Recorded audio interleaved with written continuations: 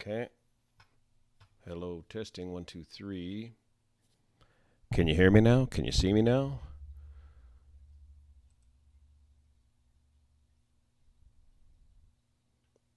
Baha. Julianne, let's see. Let's do this. Let's go over here. Let's get that going there. Pull up that live stream and pull up the volume on that and see if you can get it to work. All right. Can you hear me now? Oh, the stream crapped out already. No? Oh, okay. It's just latency. All right, good. Very good. Are we live? Can you hear me now? Throw a couple comments up there and let me know if, well, let me make this public first of all. Let me edit this. Edit. Okay, we got a good signal there. Okay, that looks good. Let's go live. We got 15 minutes. We'll go live here. And anything else I need to do there? Some lights on would be. That's, yeah. Should we turn that light on back there? All right, let's see what that looks like.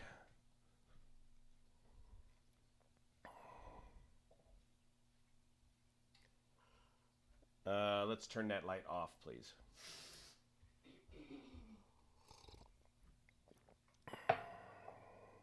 Okay, now I need to freshen up my coffee there, please. Thanks.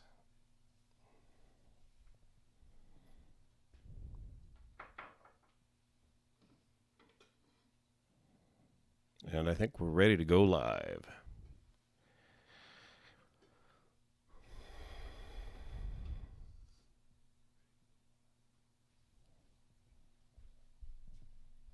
Okay, thank you, dear.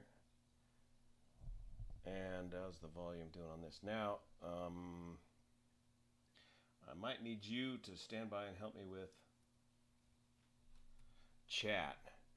And anything that just doesn't look appropriate, that's obviously inappropriate, just whack it. And I think there'll be 3 buttons over here, and you can whack it as it rolls by. And then, as it comes, there's going to be a million chats that are going to come ripping by here. Initially, it'll be fine, and then eventually some trolls will show up. Hopefully there'll be a button that says mute so and so. Okay. All right.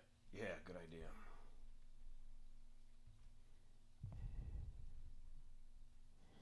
Hello, testing 1, 2, 3. You can hear me okay? Let me do one more test here, Julianne.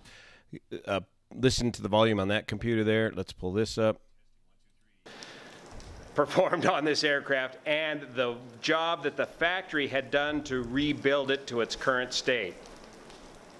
The Aviat Husky design has been around since 1996. Very clearly. Very good. Okay, excellent.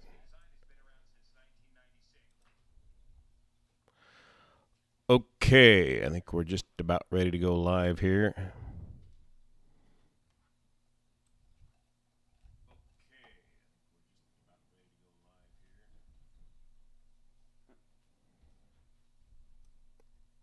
Now, if I remove this, stay where I can see that too. Let's minimize this. Okay, now what do you got there, Julianne? That, and then this should disappear. Oh, this looks professional now. Okay, now what I got to do though is go over here.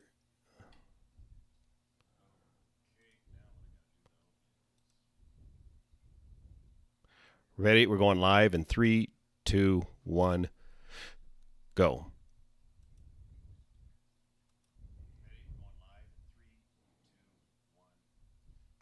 Hello, testing 1, 2, 3. Can you hear me now? And can you see me now? Pull up the correct page here.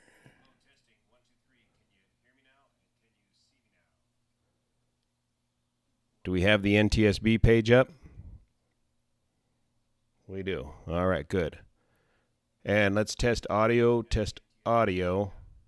physics. The impetus for this design to come forward was, oddly enough, Can you hear that audio okay on the background video? Meet the Husky. Testing 1, 2, 3. Julianne, try sending me a comment on there if you can. Right down there. Test the comment section.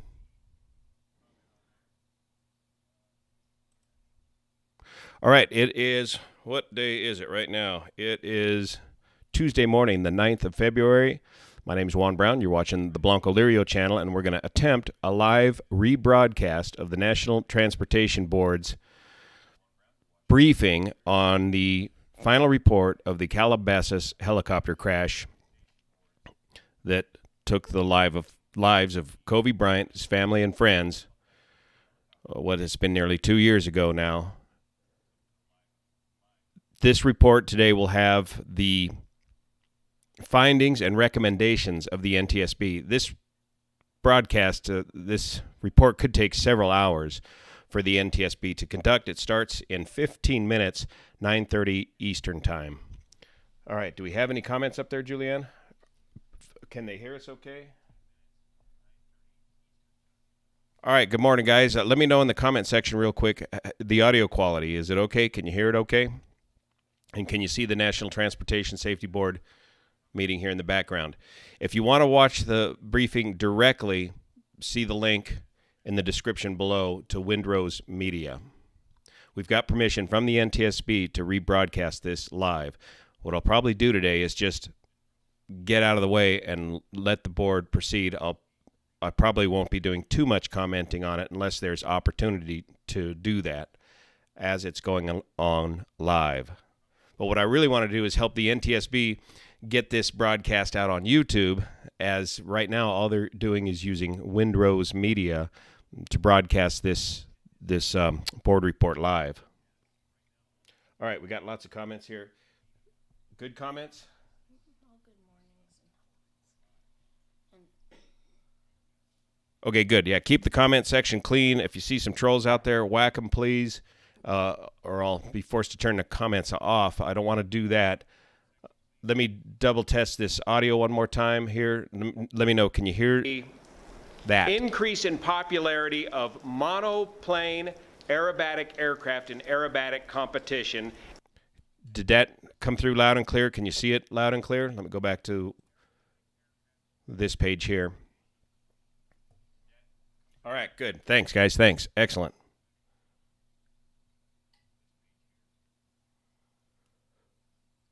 So we got 15 minutes to kill here before the briefing starts with the NTSB.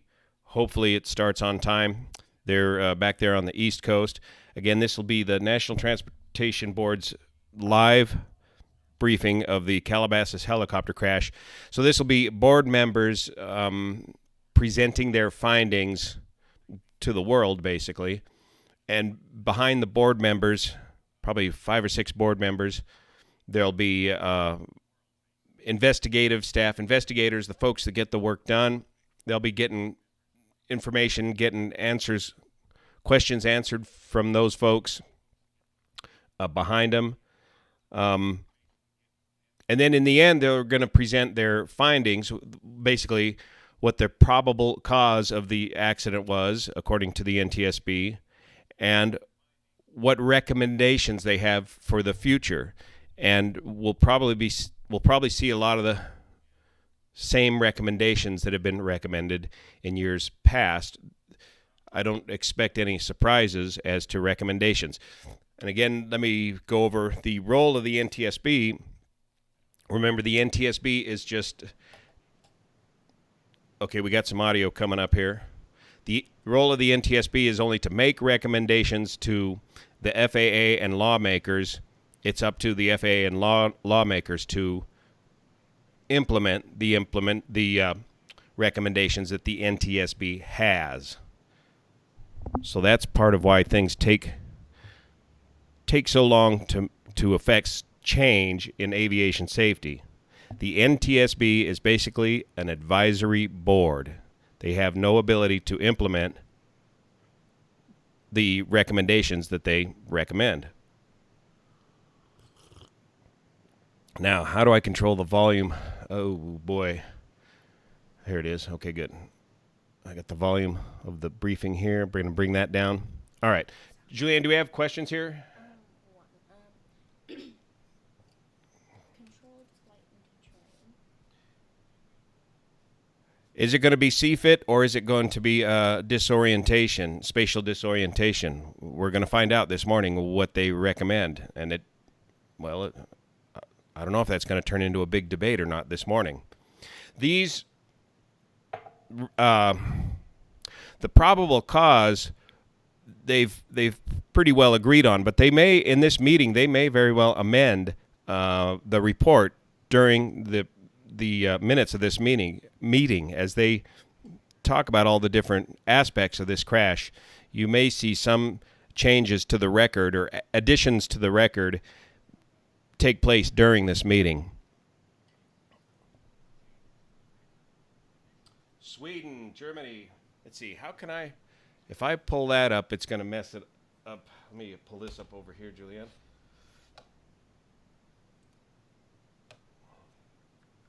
Boy, hey, Julianne, can you try and pull up this same thing on my phone there so I can read those comments a little quicker and easier? I can't get away from the mic and read the comments at the same time. Here at the Blancolirio Global Headquarters, we're one cable shy of a dual monitor system, so I'm a little bit limited here on the new computer system as to what I can do. And I just got back from that Sydney trip yesterday, and so I just put this together really quick this morning, so bear with us here.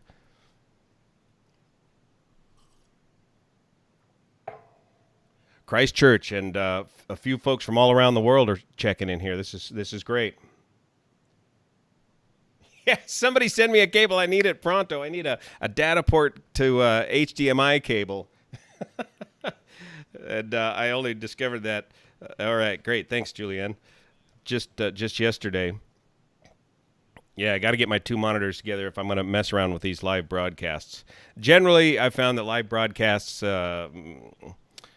are it's better to record your information and get it out there on YouTube too. But occasionally, we got to do these live broadcasts, and so I got to finish getting set up for it.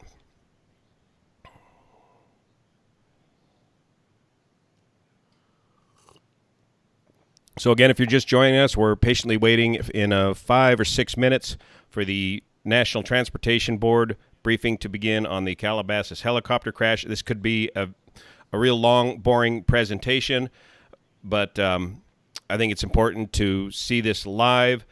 I want to get the NTSB some data on what their exposure could be like on YouTube if they also broadcast their briefings live on YouTube. Use additional forms of internet media, social media, to broadcast your platform. Right now, they're just using Windrose Media, and if you want to watch it live without me, or just watch it directly, go to the link in the description below, Windrose Media.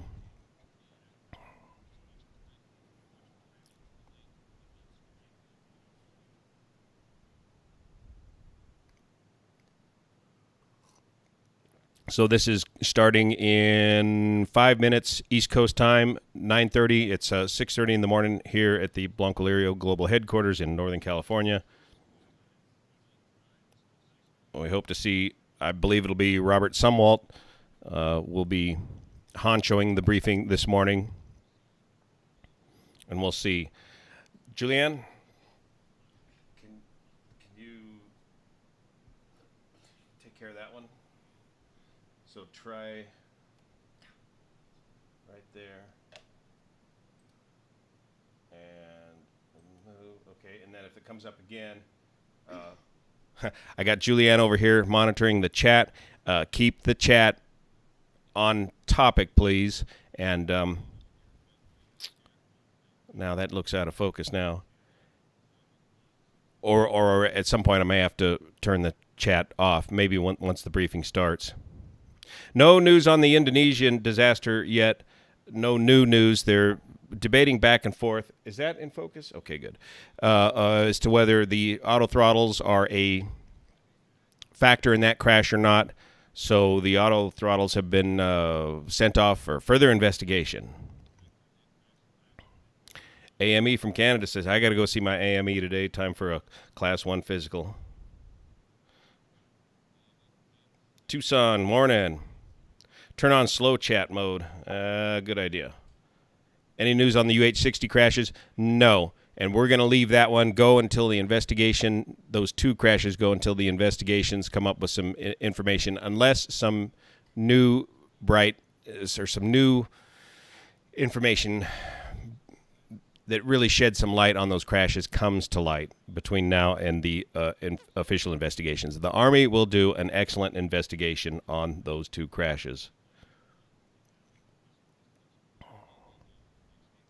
No, that's just rumors. Rumors, that's the problem with air investigations. Rumors don't work for air investigations. Now.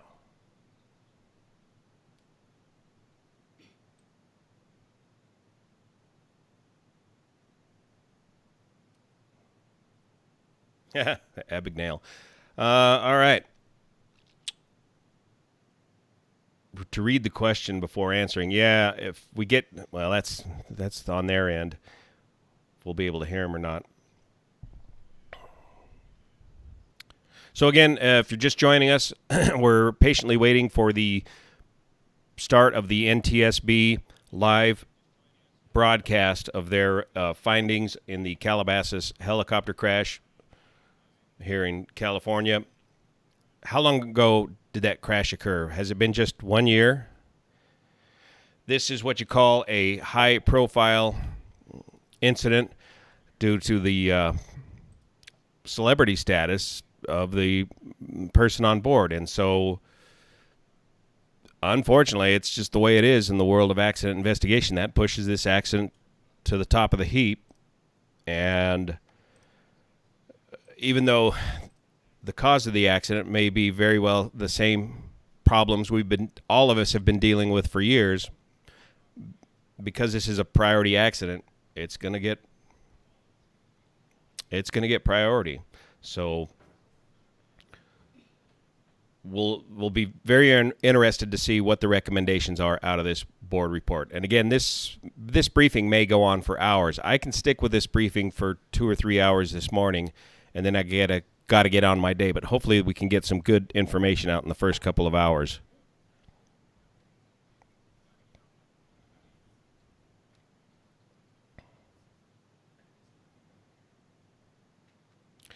Yeah, will it be spatial disorientation or will it be CFIT?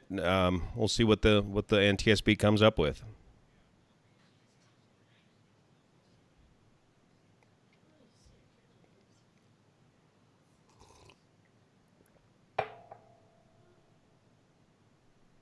Been about 1 year and 2 weeks. That's right. That's what I recall. So this is pretty quick.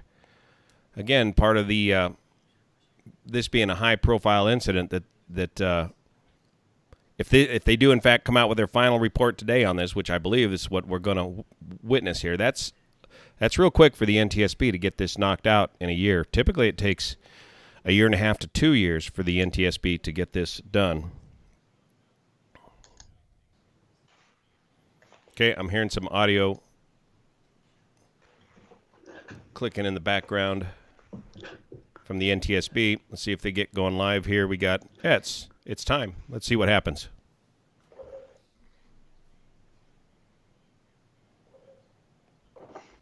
CFIT versus, boy. Now what in the heck is that? Thank you for joining us and welcome to this virtual board meeting of the National Transportation Safety Board. I'm Robert Sumwalt, and I'm honored to serve as the chairman of the NTSB. And joining us today are my colleagues on the board, Vice Chairman Bruce Landsberg, Member Jennifer Homedy, Member Michael Graham, and Member Tom Chapman. Today we meet in open session as required by the government and the Sunshine Act to consider the rapid descent into terrain of a chartered Sikorsky S-76B helicopter in Calabasas, California on the morning of January the 26th of last year. On the morning of January, the flight departed John Wayne Airport, Orange County, in Santa Ana, California, and was destined for the Camarillo Airport. Weather was cloudy with haze during the flight, and 37 minutes into the flight, the pilot initiated a climb with a gradual left turn to, as he told the air traffic controllers, to get above the layers. It was the beginning of a series of events that ended 2 minutes later with the tragic loss of the helicopter, its pilot, and all 8 passengers. On behalf of all of us at the NTSB, I'd like to offer our sincerest condolences to the families and friends of those who were lost in this tragic crash. Our purpose, our entire purpose for this investigation, is to learn from this event so that we can keep others from going through what you have gone through. In every accident, we study the roles of the human, the machine, and the environment.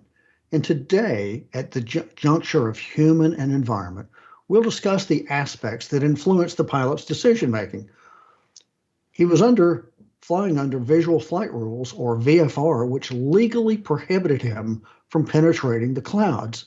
However, as we've seen in so many accidents, this pilot continued his VFR flight into clouds, or, as we say, instrument meteorological conditions. Today, we will discuss whether the pilot faced any pressure to complete the flight, and if so, where those pressures originated. What were the expectations of the pilot under the company policy? Did he put pressure on himself? And what actions could he have taken to avoid flying into the clouds? We'll discuss the phenomenon of spatial disorientation, which is the powerful, misleading sensation that confuses pilots conducting a visual flight who loses visual reference, and what types of training can be effective in countering this effect. We'll also discuss the organizations involved, specifically Island Express, which operated the flight, and the Federal Aviation Administration, which regulated the accident flight under Part 135 of the Code of Federal Regulations. That's the section regulating on-demand charter flights like this flight. The NTSB has long recommended life-saving changes to Part 135 operations. In fact, improving the safety of Part 135 aviation is on our most wanted list of transportation safety improvements. We'll discuss whether any part of the Part 135 changes that we've recommended, if acted upon, could have changed the outcome of this flight. For example, the NTSB has repeatedly recommended that the FAA require Part 135 operations to have a safety management system, or SMS, but that at the present, the FAA does not require SMS in Part 135, despite our repeated calling for it.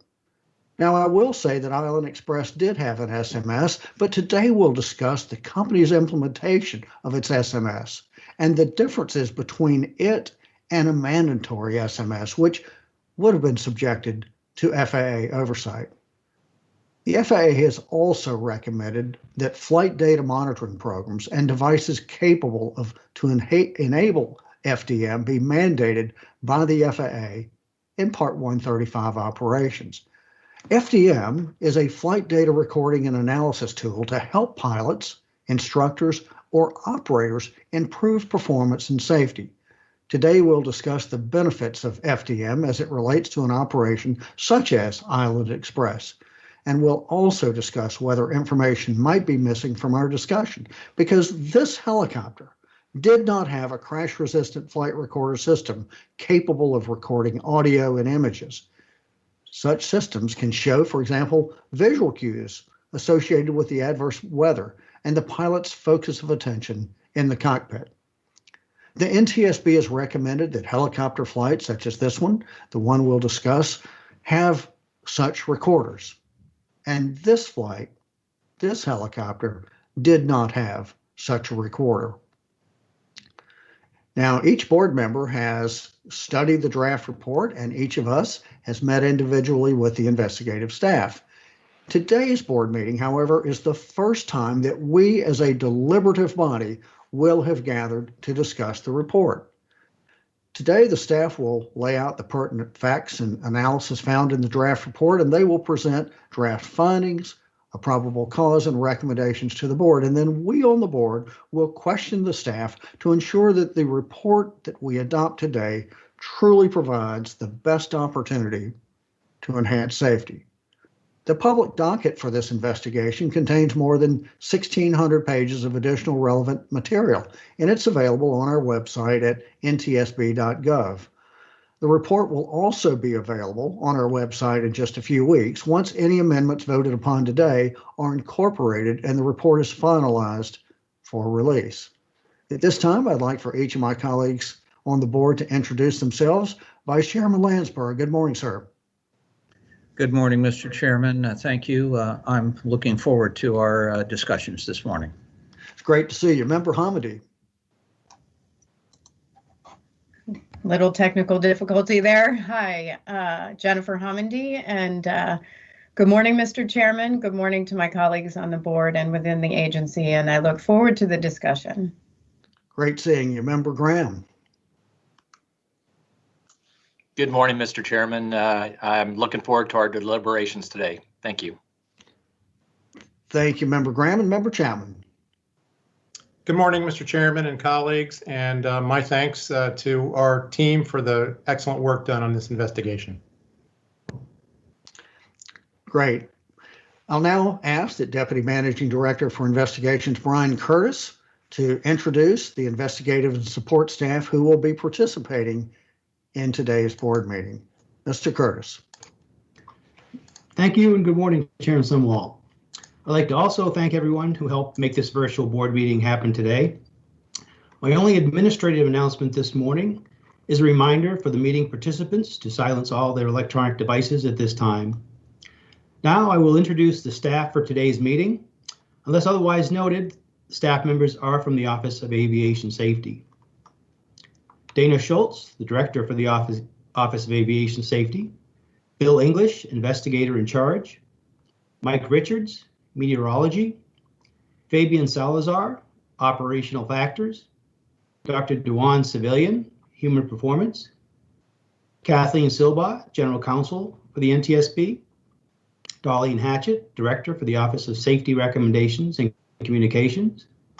Jim Ritter, Director for the Office of Research and Engineering. Brian Soper, Air Traffic Control. Chris Babcock, Crash Resistant Flight Recorder Systems from the Office of Research and Engineering. Van McKenney, Airworthiness. Adam Hooray, Airworthiness. Nathan Hoyt, Safety Recommendations from the Office of Safety Recommendations and Communications. Greg Borsari, Helicopter Maintenance and Visuals. And Kathy Gagne, Report Writer. The presentations will begin with an investigation overview by the investigator in charge, Bill English. Mr. English. Thank you, Mr. Curtis. Good morning, Mr. Chairman, Mr. Vice Chairman, and members of the board.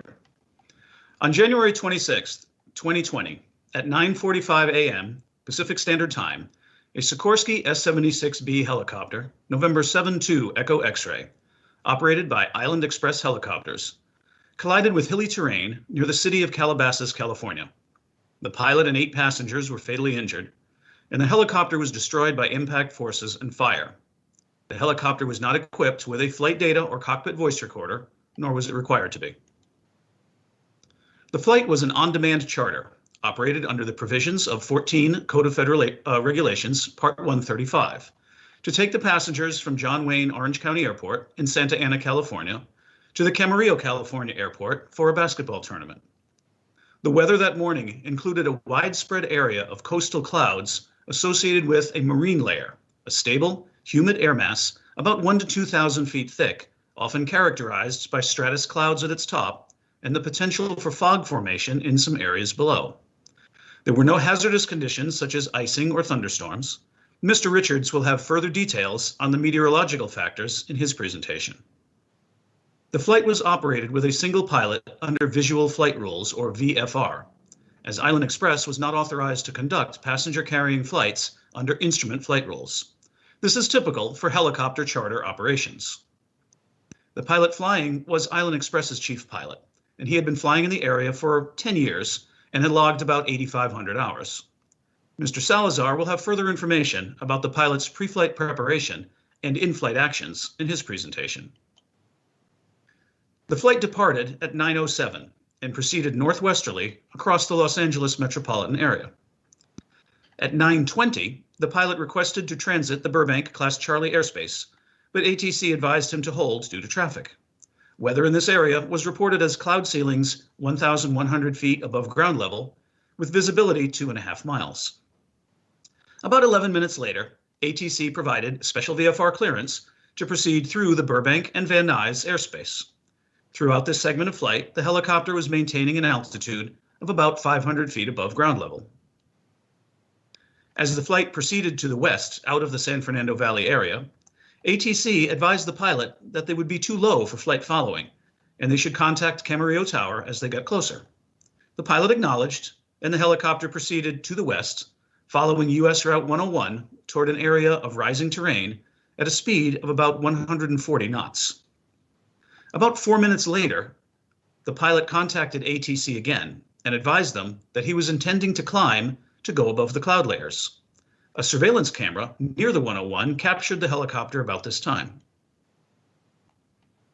The helicopter had been flying about 350 feet above ground level, but during the transmission to ATC began climbing at a rate of about 1,500 feet per minute, while generally following the 101 in a slight left turn.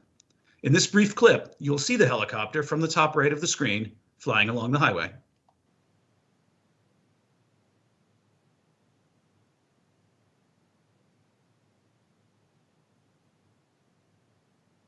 During radio communications with ATC, the helicopter climbed through an altitude of 2,000 feet above sea level, or about 1,300 feet above ground level, by which point it was highly unlikely for the pilot to be able to maintain visual ground contact. The climb reached a maximum altitude of about 2,400 feet above sea level, as the helicopter continued a left turn diverging from the highway. The controller asked the pilot's intentions, and he said he was climbing to 4,000 feet. However, by that time, the helicopter was in a tightening left turn and descending rapidly. This maneuver is consistent with a pilot experiencing spatial disorientation in limited visibility conditions. Dr. Civilian will have further details on this phenomena in his presentation. The helicopter impacted hilly terrain on a generally northeasterly bearing at a high speed and descent rate. Safety issues include continued VFR flight into instrument weather conditions due to self-induced pressure and planned continuation bias, leading to spatial disorientation due to physiological factors, including inner ear vestibular illusions. Staff has made recommendations regarding spatial disorientation training and simulation, as well as reiterated recommendations for safety management systems for Part 135 operators and flight data recording and monitoring programs for Part 135 operators. Mr. Richards will now present on meteorological factors. Good morning. I will be discussing the weather surrounding the accident flight. At the time of the aircraft's departure, Orange County, Burbank, Van Nuys, and Camarillo were all reporting ceilings greater than 1,000 feet. And only Van Nuys was reporting a visibility less than 3 miles. Regional Terminal Aerodrome Forecasts, or TAFs, which provide weather forecasts for airports that were current at the time of departure, forecasted for the flight period ceilings at 1,000 feet or greater and visibilities of 3 miles or greater, except Van Nuys, which forecasted a visibility of 2 miles until 9:30 that morning. It should be noted that no TAFs were valid for the accident location. Airmets for IFR conditions and mountain obscuration were issued prior to the aircraft's departure and were active for the accident location at the accident time. Weather information for the accident time consistently presented an environment characterized by low clouds and restrictions to visibility. The image on the top left depicts hilltops near the accident site at elevations of about 1,400 feet obscured by cloud, and is compared with a clear day image below it. The image on the right is from a camera looking toward the accident location from a position about 2 miles east at an elevation of about 1,300 feet. This image was captured about the time of the accident and depicted relatively smooth and unbroken cloud tops at 2,400 to 2,500 feet. As Mr. English presented, a camera captured the aircraft moving toward the west and disappearing from view about 1 minute prior to the accident. About this time, an eyewitness on the ground below the aircraft's flight path witnessed the aircraft below or at the cloud line before it disappeared into heavy clouds that they described as a thick wall. Also about this time, the aircraft began its climb from an altitude of about 1,400 feet to about 2,300 feet. Though it was heard, no local cameras or eyewitnesses saw the aircraft during its climb. However, staff could not determine conclusively if the pilot would have been able to maintain intermittent ground contact at points between 1,400 and 2,000 feet. Above 2,000 feet, instrument meteorological conditions, or IMC, prevailed. Thank you. Mr. Salazar will continue with his presentation. Good morning. I will brief you on operations. Island Express Helicopters was operating on an FAA-approved operations specification document that authorized the pilots to conduct on-demand, day and night, visual flight rules only flights. The company had 25 employees and operated 6 helicopters. Island Express was experienced in conducting charter flights. In 2019 alone, they flew 495 charter flights, many catering to high-profile clients. Island Express occasionally received flight requests from an air charter broker who used them exclusively for the accident client's local aviation transportation requests. The pilot was certificated, current, and qualified to fly in visual flight rules in accordance with federal regulations and company requirements.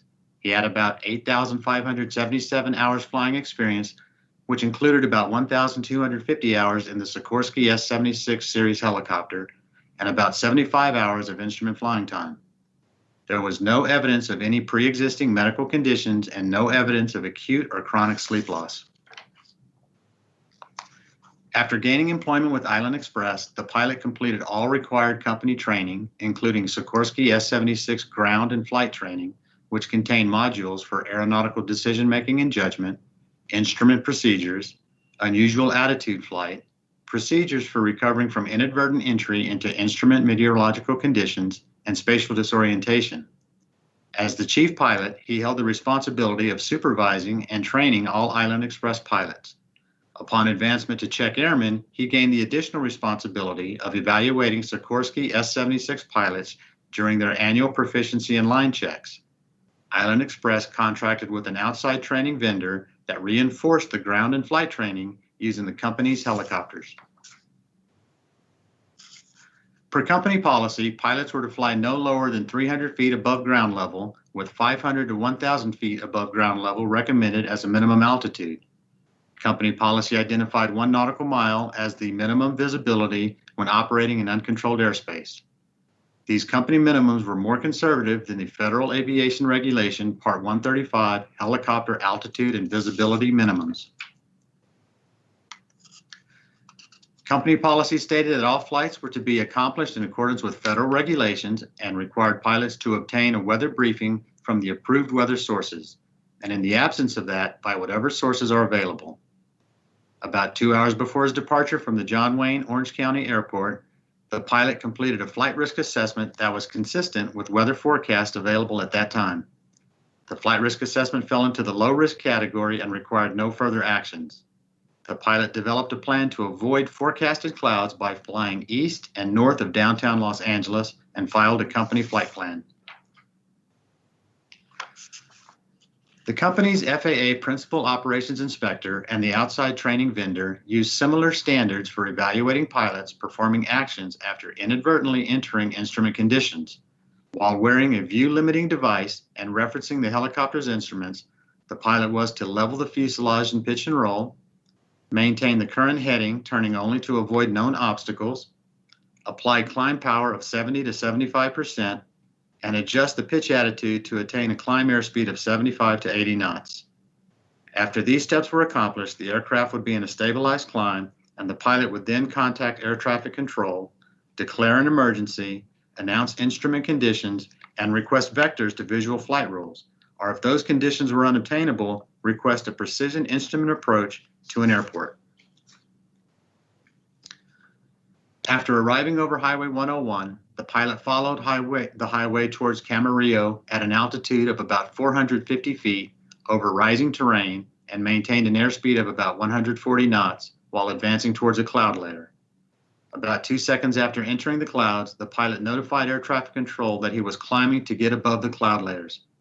The pilot had immediately begun a rapid climb of about 1,500 feet per minute while in a slight left bank, and remained in a left bank of increasing magnitude throughout the remainder of the flight. During the climb and subsequent descent, the pilot communicated with air traffic control on numerous occasions, but did not declare an emergency. The excessive speed, entering the clouds, the rapid rate of climb, and the left turn were inconsistent with his training. This concludes my presentation. Dr. Civilian will brief you on human performance issues. Good morning. I will discuss the following human performance issues in this accident: pilot decision-making, spatial disorientation, and safety management systems. Several factors may have influenced the pilot to place pressure on himself to complete the flight.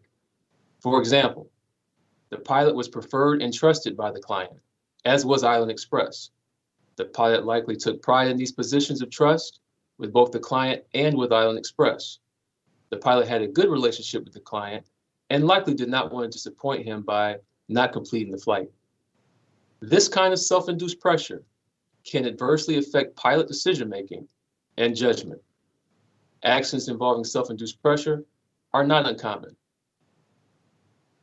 However, there was no evidence that Island Express, the air charter broker, or the client placed pressure on the pilot to accept the charter flight request or complete the flight in adverse weather. The pilot's flight in IMC was inconsistent with his demonstrated judgment and decision-making observed by company management and pilots. When the flight began entering IMC, it was about 25 miles away from Camarillo, which was reporting VFR weather conditions. Although conditions were deteriorating en route, an alternative course of action was not acted upon by the pilot. The pilot's continuation of the flight, despite deteriorating weather conditions, was representative of planned continuation bias, which strengthens as the pilot gets closer to the destination. Devising an alternative plan before departure would have aided the accident pilot's decision-making in flight concerning whether to continue the flight as originally planned or divert and land at an alternate destination. The pilot's statement to the air traffic controller that he was initiating the climb occurred about 2 seconds after the helicopter entered the clouds. Data show the climb started at a rate of about 1,500 feet per minute, accompanied by a gradual left bank to the left, generally following the US 101. As the helicopter continued climbing into the cloud layer, the pilot's loss of visual references would have required him to transition to the flight instruments to maintain awareness of the helicopter's attitude and track. The inner ear senses balance and orientation. When flying an aircraft and there's a lack of outside visual references, our inner ear can give us a false sense of orientation because our inner ear cannot distinguish between accelerations and tilt. If a pilot cannot see outside visual references, he must rely on flight instruments. When there are no outside visual references, the pilot is more susceptible to inner ear illusions. One common illusion that can trick a pilot's perception into believing he is flying straight and level, but he is in a steady turn, is called the leans. During the climb in IMC, the helicopter entered a steady left turn, conducive for the pilot to experience the leans. The vestibular system will usually detect initial rolling and turning movement. However, once the aircraft is stabilized in a steady rate of turn and angle of bank, the vestibular system will catch up with the aircraft, and the pilot can believe that the aircraft is straight and level when it is not. As the helicopter climbed, the air traffic controller asked the pilot to ident, which required the pilot to move his hand to the center of the instrument panel and press a button. the pilot's tasks associated with communicating with the controller and pushing the ident button introduced operational distractions from his primary task of monitoring the flight instruments. The resultant interruptions in the pilot's instrument scan, head and hand movements would make him more vulnerable to misleading vestibular cues that could adversely affect his ability to effectively interpret the instruments and maintain control of the helicopter. The helicopter was in a left bank, rapid climb. Its bank increased, and it entered a tighter left turn that diverged away from US 101. The increasing bank would exacerbate the aspects of the leans. The resultant descent and acceleration were conducive for the pilot to experience a semi-gravic illusion, in which he would incorrectly perceive that the helicopter was climbing when it was descending. As the helicopter continued its steep descent, the pilot was either not referencing the helicopter's instruments or having difficulty interpreting or believing them due to the compelling vestibular illusions, and he did not successfully recover the helicopter.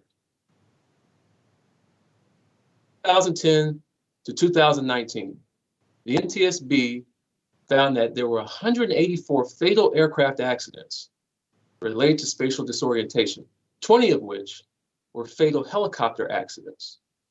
The NTSB has long recognized the value of cue-based and scenario-based pilot training to help reduce the risk of accidents involving continuation of flight under VFR into restricted visibility, a key risk factor for spatial disorientation. Simulation devices can provide representations of deteriorating weather conditions that cannot be realistically duplicated during flight training conducted in helicopters in VMC. This can help pilots safely practice decision-making skills and procedures needed to recognize and respond to changing weather conditions in flight. Staff has proposed a recommendation in this area. The effectiveness of spatial disorientation recognition and recovery training for helicopter pilots, the United States Helicopter Safety Team has established goals for promoting the wider use of spatial disorientation simulation technology. Increased use of this technology to supplement pilot training shows potential for helping pilots develop skills to detect and recover from vestibular illusions that could lead to spatial disorientation. Objective research to evaluate spatial disorientation simulation may help determine which applications are most effective for training pilots to recognize the onset of spatial disorientation and mitigate it. Staff has proposed a recommendation in this area. Company safety management system included safety policy, safety assurance, safety risk management, and safety promotion. The president of Island Express was aware of, but not involved with the SMS. The SMS was neither required by the FAA nor part of the company's FAA approved or accepted programs. And although the company used SMS tools, it did not implement the entire program and perform safety assurance evaluations, such as those that could have ensured the effectiveness of the flight risk analysis. The Director of Operations was the accountable executive and monitored flight risk analysis forms for necessary updates and followed up with pilots who forgot to submit forms for their flights. However, there was no evidence that company performed internal evaluation or hazard analysis using the information from completed forms as outlined in the SMS manual. Although the company had an SMS, our investigation showed that they did not effectively develop and implement the entire program.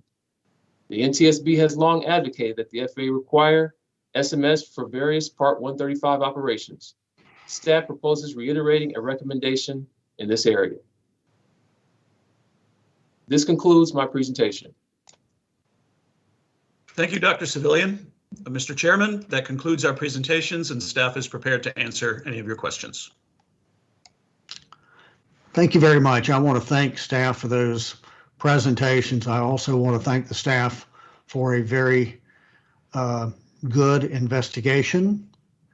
We try to complete our investigations within about 12 months, and you've hit that mark. So thank you very much for that. We'll now turn to the board member questions, and we will do 5 minutes per board member, and we will do as many rounds as we need to. So Vice Chairman Landsberg, you're recognized. Thank you, Mr. Chairman. I'd like to just make a statement. I'm really saddened by this crash, and we use the term crash rather than accident. And I think it's important to understand the distinction. An accident is something that is unforeseen, unpredictable, if you will. Unfortunately, this wasn't. We pretty well know what happened. We have a very good idea of why it happened, and we absolutely know how to prevent these kinds of crashes.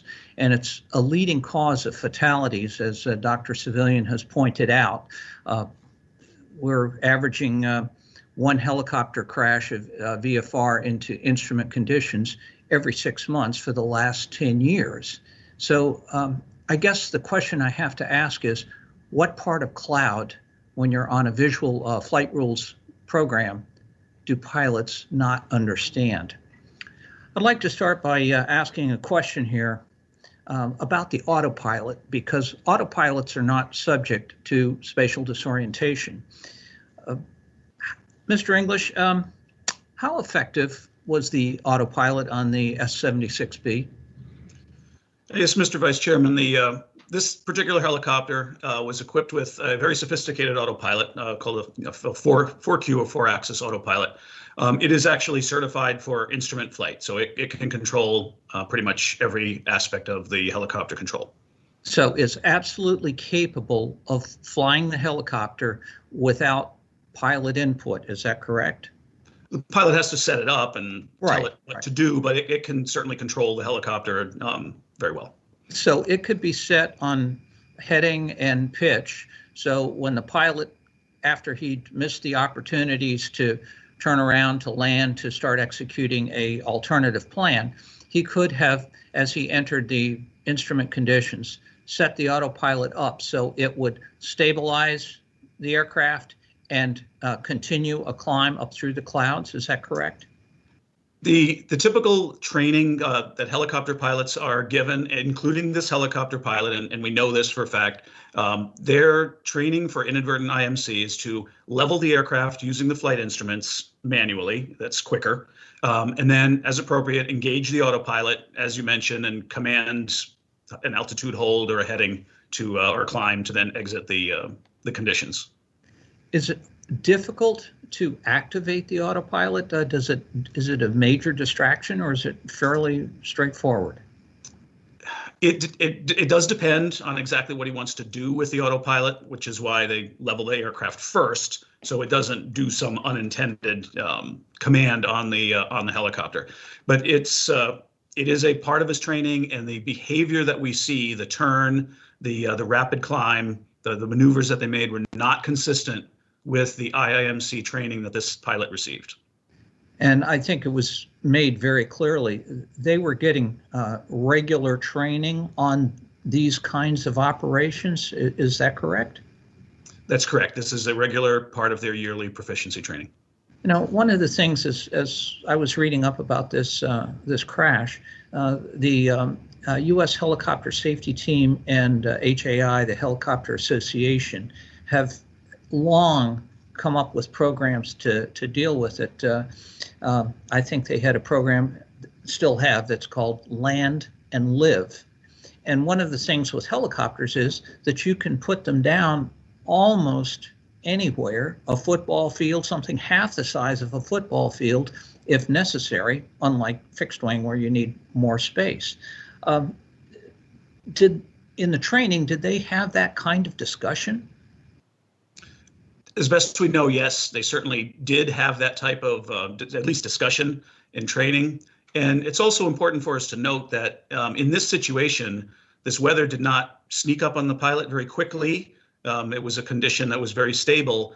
So while you're absolutely correct, a helicopter can land in a very confined area, they also had a very easy alternative of landing at Van Nuys Airport, a large airport with lots of infrastructure just a few minutes away. About how far behind them was Van Nuys? I'm assuming that's the closest one?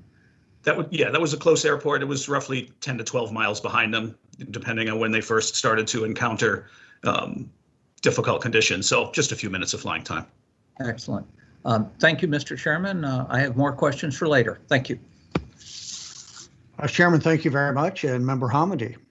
Thank you very much. I want to start out first by addressing the family, friends, and loved ones of the 9 people who died in the crash. Not only as a safety professional for the NTSB, but I'm also a wife and a mother of a 13-year-old girl. So I can't imagine how difficult today must be for you, and of course every day since January 26, 2020. So my heart goes out to you. And I'll get into this later, but after today, today is just the beginning of the board's action to improve safety, improve aviation safety, and to ensure that a similar accident doesn't occur again. And we'll get into that a little bit more in the board meeting. But first, I also want to thank the staff for all their work, and in particular, Bill English, who is the investigator in charge for this investigation of the crash. Bill, if you can go ahead and turn on your camera. I have a couple of questions. First, you did not mention helicopter terrain awareness and warning system in your presentation. Can you talk about why not? Yes, ma'am. Certainly, helicopter terrain awareness and warning system, or HTAWS, is one of a number of technologies that are installed in aircraft or can be installed in aircraft that aid the pilots in, just like it sounds, their awareness of terrain. These devices are designed for a class of accidents we call CFIT, or controlled flight into terrain, in which the aircraft, while under control of the pilot, generally either in instrument conditions or maybe night conditions or other difficult conditions, the pilot is not aware of the terrain. Maybe they turn the wrong way or descend below a prescribed altitude. The system, using GPS and a detailed database and other equipment such as radar altimeters in the aircraft, can warn the pilot that they are about to come up close to dangerous terrain. We do have recommendations, as you yourself have talked about, to install this on helicopters. However, this scenario of this accident is not consistent with a controlled flight into terrain scenario. This pilot had every indication that he was aware of the terrain along the Highway 101 as it was rising towards Calabasas. The radar and ADSB returns that we have on the helicopter show he was doing a very good job of maintaining altitude above the terrain. And in fact, his intent was to climb away from the terrain. So at no time was he ever in that type of danger in the early portions of the accident. He already was aware of the terrain somehow. In the final seconds, the rapid descent into the higher terrain where the accident site was, at that point, the aircraft is not in control, as Dr. Civilian discussed. The pilot doesn't really know which way is up. So this type of system would not aid in that situation. It was beyond the parameters and would likely just be more of a confusing factor than anything else. So while it's great technology, we just don't think it applies here. Thank you. And that's a great explanation. And let me ask you, you mentioned maintaining ground contact, helicopter operators, and maintaining ground contact. And you mentioned him following the 101, and we had previously talked about him entering a slight left turn. Many people I've seen have said, well, he was probably just trying to turn around, trying to escape the weather. Why do we know that is not the case? And could you talk about what we do mean about maintaining ground contact? Yes, I'll make it quick. I see. Most likely, looking straight ahead, the pilot would see nothing but gray into the cloud. But it's possible to see the highway and houses and things looking straight down. That's consistent with the path of the helicopter. The highway bends slightly to the left there, and the helicopter follows that bend. So we believe that this is consistent with the pilot doing just that, unconsciously setting up that left turn, which then leads to the situation which Dr. Civilian described as the leans. Thank you very much. Member Hamidi, thank you very much. Great line of questioning. And Member Graham. Thank you, Mr. Chairman. I've really struggled with this accident because I'm a career aviator, although a fixed wing aviator, not a helicopter pilot. But I've spent a lot of time with this accident and looking at how helicopter operations actually work. So I spent a lot of time looking at the industry associations out there working with safety of helicopter operations, and I pull a few things from there. And one of the very interesting things about they talk about in spatial disorientation on a lot of their safety bulletins is what's the best cure for spatial disorientation, and it's their number one advice is never get into it in the first place. So never get into the weather. So I want to go over a little bit about how to avoid inadvertent instrument meteorological conditions. And I took this right off the United States Helicopter Safety Team's website. And first of all, it's get a good forecast for departure, en route, and arrival. And we believe this pilot did get that. We're not exactly sure what he updated before he left the Santa Ana airport, but we believe he was well aware of that weather en route. The next thing it says is check the weather ahead of you en route, use ATC and flight watch during flying. So do we have any evidence that he was checking the weather or was aware of the weather? It had changed from the forecast en route as he left Santa Ana and proceeded to the north?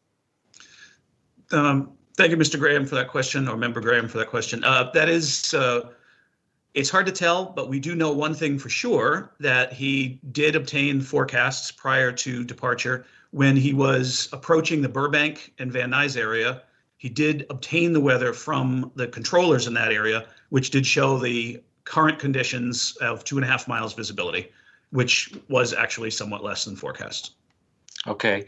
And he also, when he checked in with Burbank Tower, was he not updated on the weather, or should he have had an idea what the weather was? Because they told him it was what, IFR? Correct. So either, I don't remember if it was that he tuned up the recorded weather or they just told him verbally, but yes, that's correct. The visibility was less than 3 miles in controlled airspace. So that considered IFR, at least for fixed wing aircraft. And that is slightly less than the forecast of 4 miles. Okay, so he had some sense of what's going on there. The next thing about avoiding inadvertent IMC is avoid flight in marginal VFR weather. And we were already there, weren't we? As a matter of fact, we were below it there when he checked in with Burbank.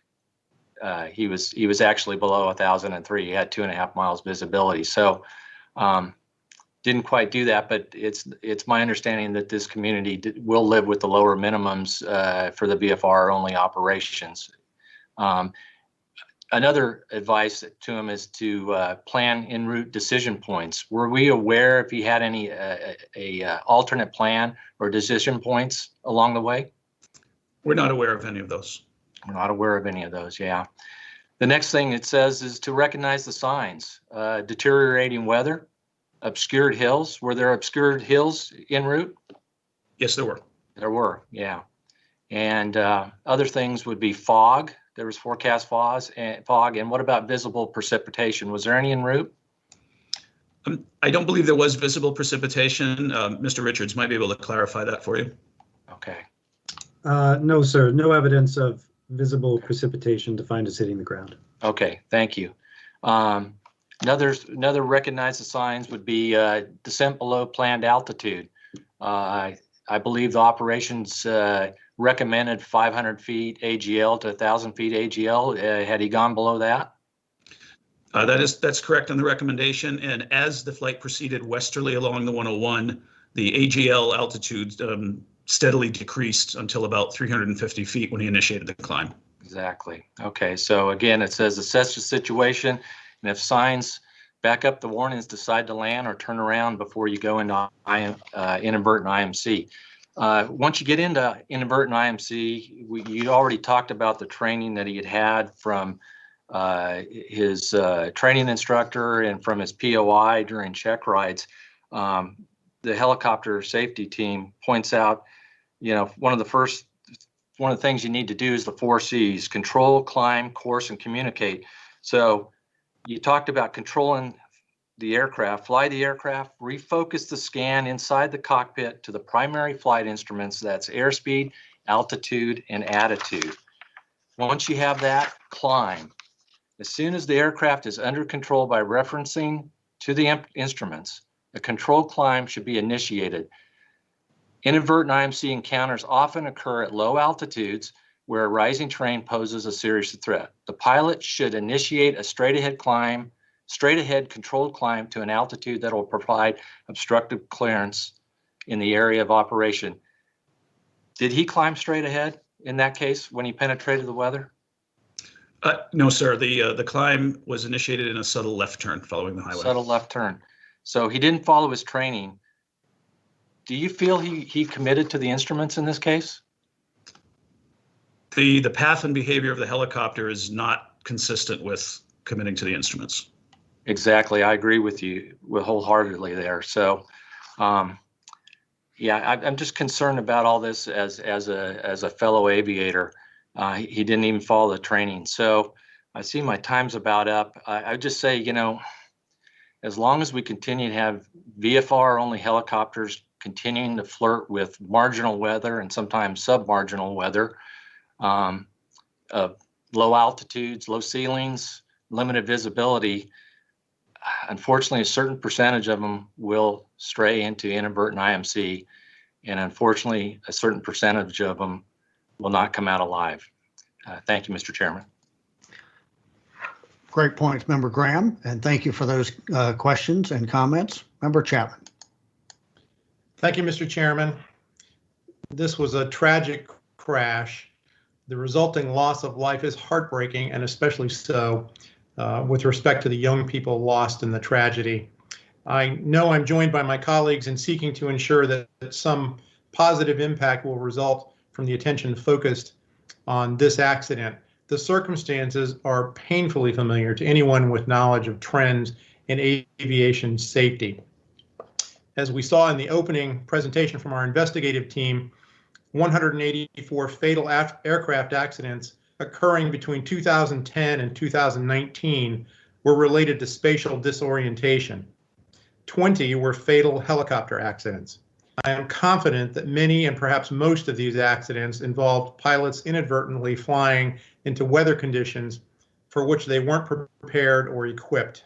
As Member Graham pointed out very nicely, the lesson to be learned is for pilots to take this risk seriously, to adhere to their training, and to ensure they avoid the deadly risk posed by inadvertent flight into instrument weather conditions. To our investigative team, I know you're aware that I have a concern about identifying self-induced pressure as a contributing factor in the draft probable cause, which we'll consider at a later point in today's meeting. Certainly, it could be that self-induced pressure played a role, and it's reasonable to discuss it as a possibility, but there is little objective evidence on which to base the finding that it actually contributed to the pilot's decision-making, and to me, the conclusion seems speculative. Would you please elaborate on the findings of the investigation on this point? Thank you, Member Chapman, for that line of questioning. Dr. Civilian is prepared to respond to that question. Thank you. Yes, thank you. The objective evidence that we collected at Island Express was through interviews. And what those interviews let us know was that the relationship between the pilot and the client had turned into a friendship over the years, that the client allowed the pilot to fly his children without him being present. And that type of relationship that they had was very close. And when we look at human factor psychology, we look at the decisions that people make based off of the perception of a situation. And in this case, the the pilot as he was flying en route. These types of this type of relationship that he had with the client can lead to self-induced pressure during the en route portion of the flight. And so that is why it's the objective evidence from the interviews that helped us understand that relationship and the effect that it can have on pilot decision making. So the premise is that self-induced pressure can result when someone has a relationship of trust, in this case with a prominent person. There's a tendency to want to please that person so the relationship can be maintained. I do have a concern that we don't have much in the way of concrete indications that that was actually what occurred in this situation, but I do understand the basic premise. The investigation also indicates that the phenomenon of planned continuation bias was a factor contributing to the pilot's decision to continue the flight.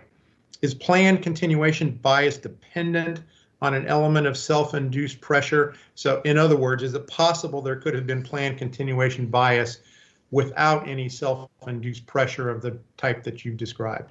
Well, in this case, it was both self-induced pressure and planned continuation bias. And the planned continuation bias portion of it was the pilot continuing the flight despite changing conditions. Are there other accident investigations? This is kind of an unfair question because I suspect you haven't prepared for it, but are there other accident investigations conducted by NTSB in which it's been found that self-induced pressure was a factor and that the presence of self-induced pressure resulted from a relationship with a prominent person? I have, there is evidence that the NTSB has investigated accidents involving self-induced pressure. Great, thank you. Thank you, Mr. Chairman. I see my time has expired. Thank you, Member Chapman. Thank you very much.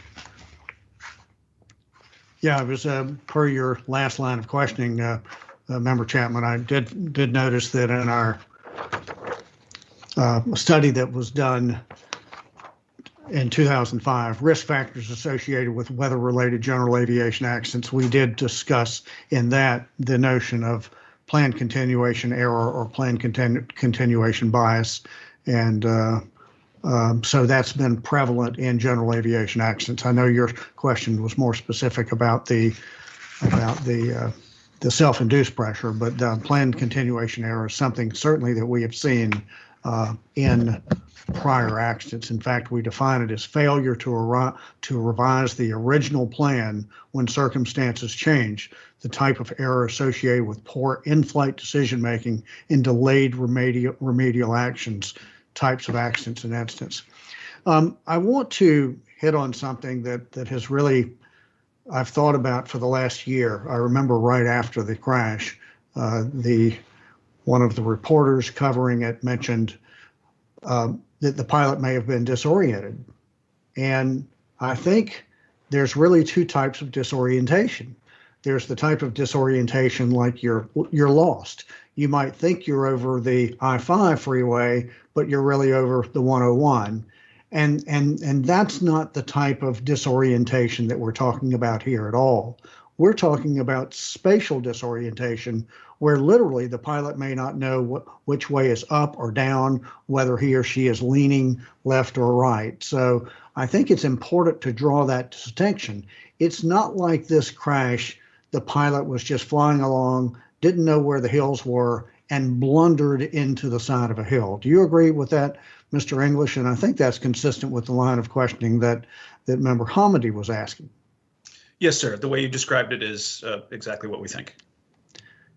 And I too want to hammer the point that because this was a loss of control accident and not a control flight into terrain accident, that TAWS would not have prevented this crash. There's an article in the LA Times this morning that is talking about that. And I think a lot of people, including one of our former senior investigators, I read an article that he was quoted on on the anniversary of the crash, where he said he would expect the NTSB to issue a recommendation regarding TAWS. So I want to clear up that misconception there of the different types of disorientation.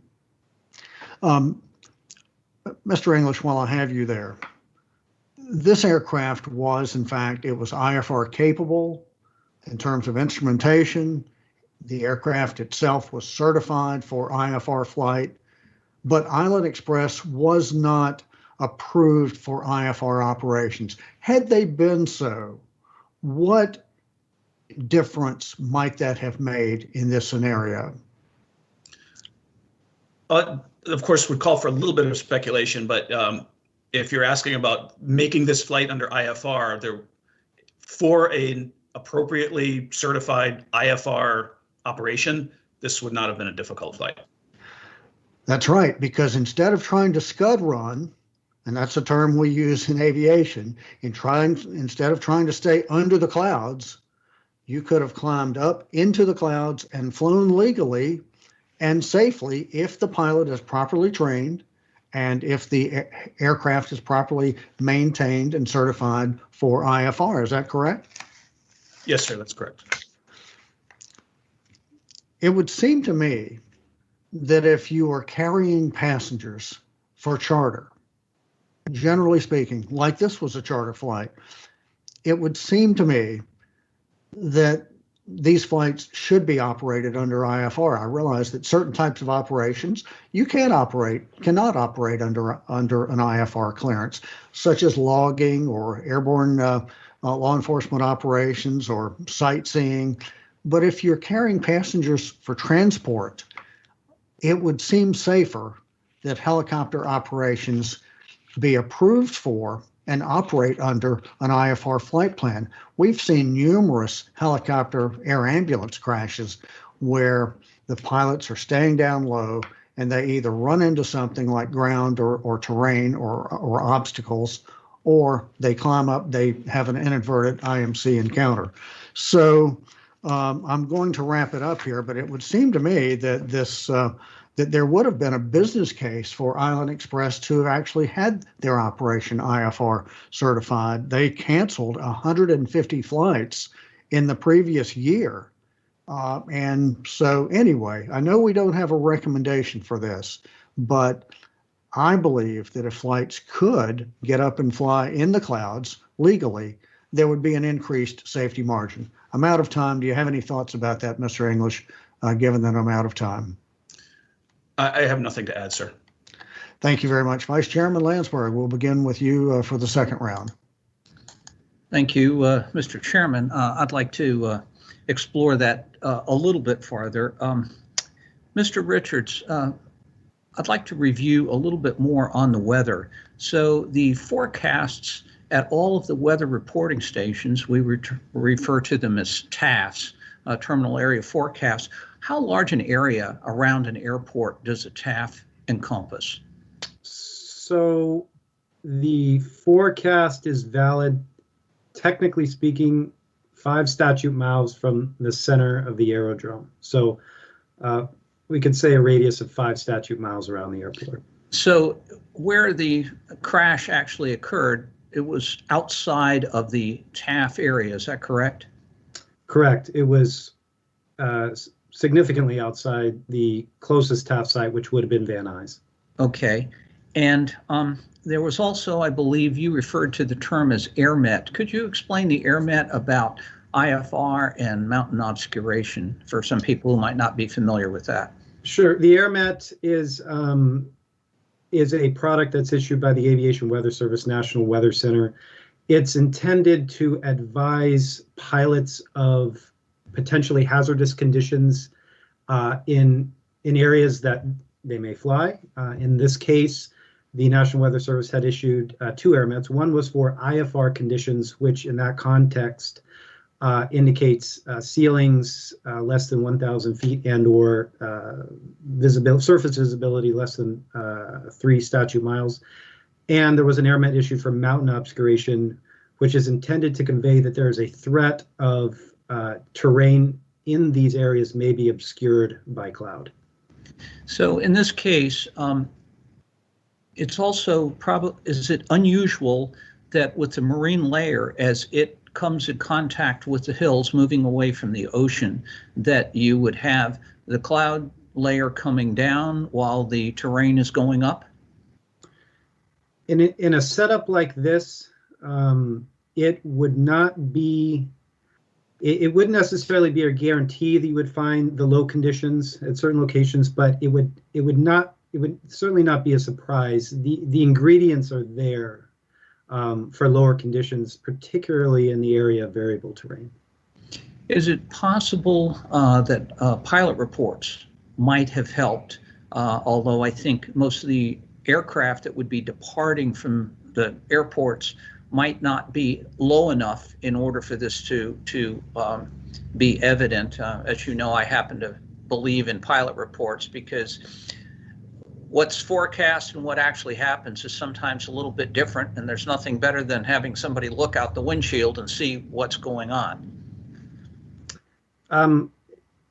Pilot reports are a very important source of weather information for pilots, both on frequency and then if they're collected by, say, air traffic controller. If they're disseminated long line, they're available across the world if someone needs to read those.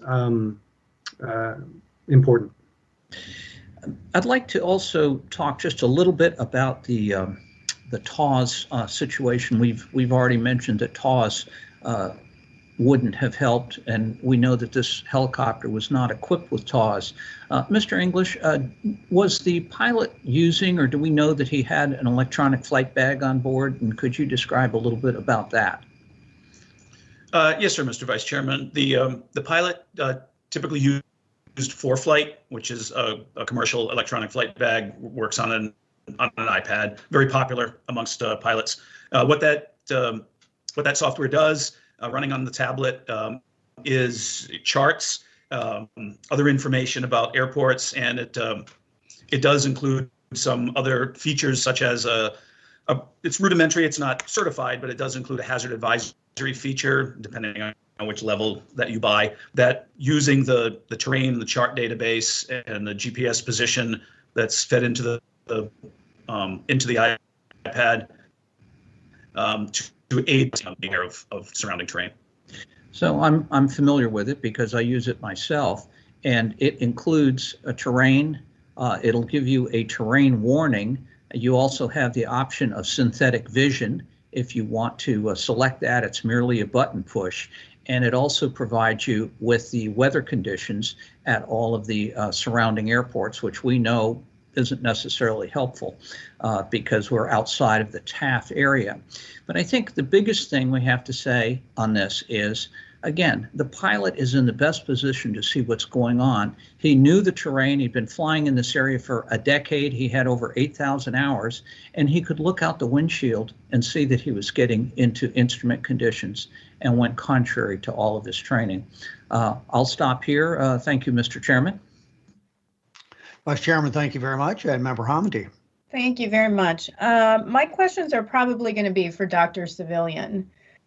The accident pilot completed a risk assessment form at 6:57 a.m. the morning of the flight, and at some point before departure, which I believe was at 9:07 a.m., there was a change in weather forecasted at Van Nuys. And I'm just going to read here. During the time the pilot was on the ground, weather information for Van Nuys included visibility of 2.5 miles, reported at 7:51 a.m. and again at 8:51 a.m., which was less than what had been forecasted. Island Express requires a new form when the weather changes. That did not occur. But what would have changed on the form if a new form had been completed with that information? The flight, the risk assessment still would have been within the low risk category. And Mr. English could provide information on what would be changed in terms of well, right. And just to add to that, my understanding is at that point he would have had to check special visual flight rules and route, correct? Right. Okay. So and this is where I want to, and this may be you or it may be Mr. English. Feel free to pop up, Mr. English. On that one, if he completed the new risk assessment form and checked off special visual flight rules and route, it would have required an alternative plan to be developed. Is that correct? Now, I understand he would have had to go back and speak with the director of operations, who apparently said he trusted the accident pilot to make decisions based on his experience. And so that wouldn't have made a difference. But what would have made a difference is an alternative plan would have been filed. Yes, ma'am. So let's unpack that a little bit. There's a couple things going on. The changes in the forecasts that we can see with hindsight, none of them would have triggered special VFR en route, other than one TAF period from Van Nuys, which it's questionable whether or not that actually even applied at the time that they would have planned to transit that airspace. But using worst case scenario, let's assume he got that forecast, checked special VFR en route. It's important to note, as Mr. Salazar brought up in his presentation, the VFR weather minimums for helicopters outside of controlled airspace is much lower than that.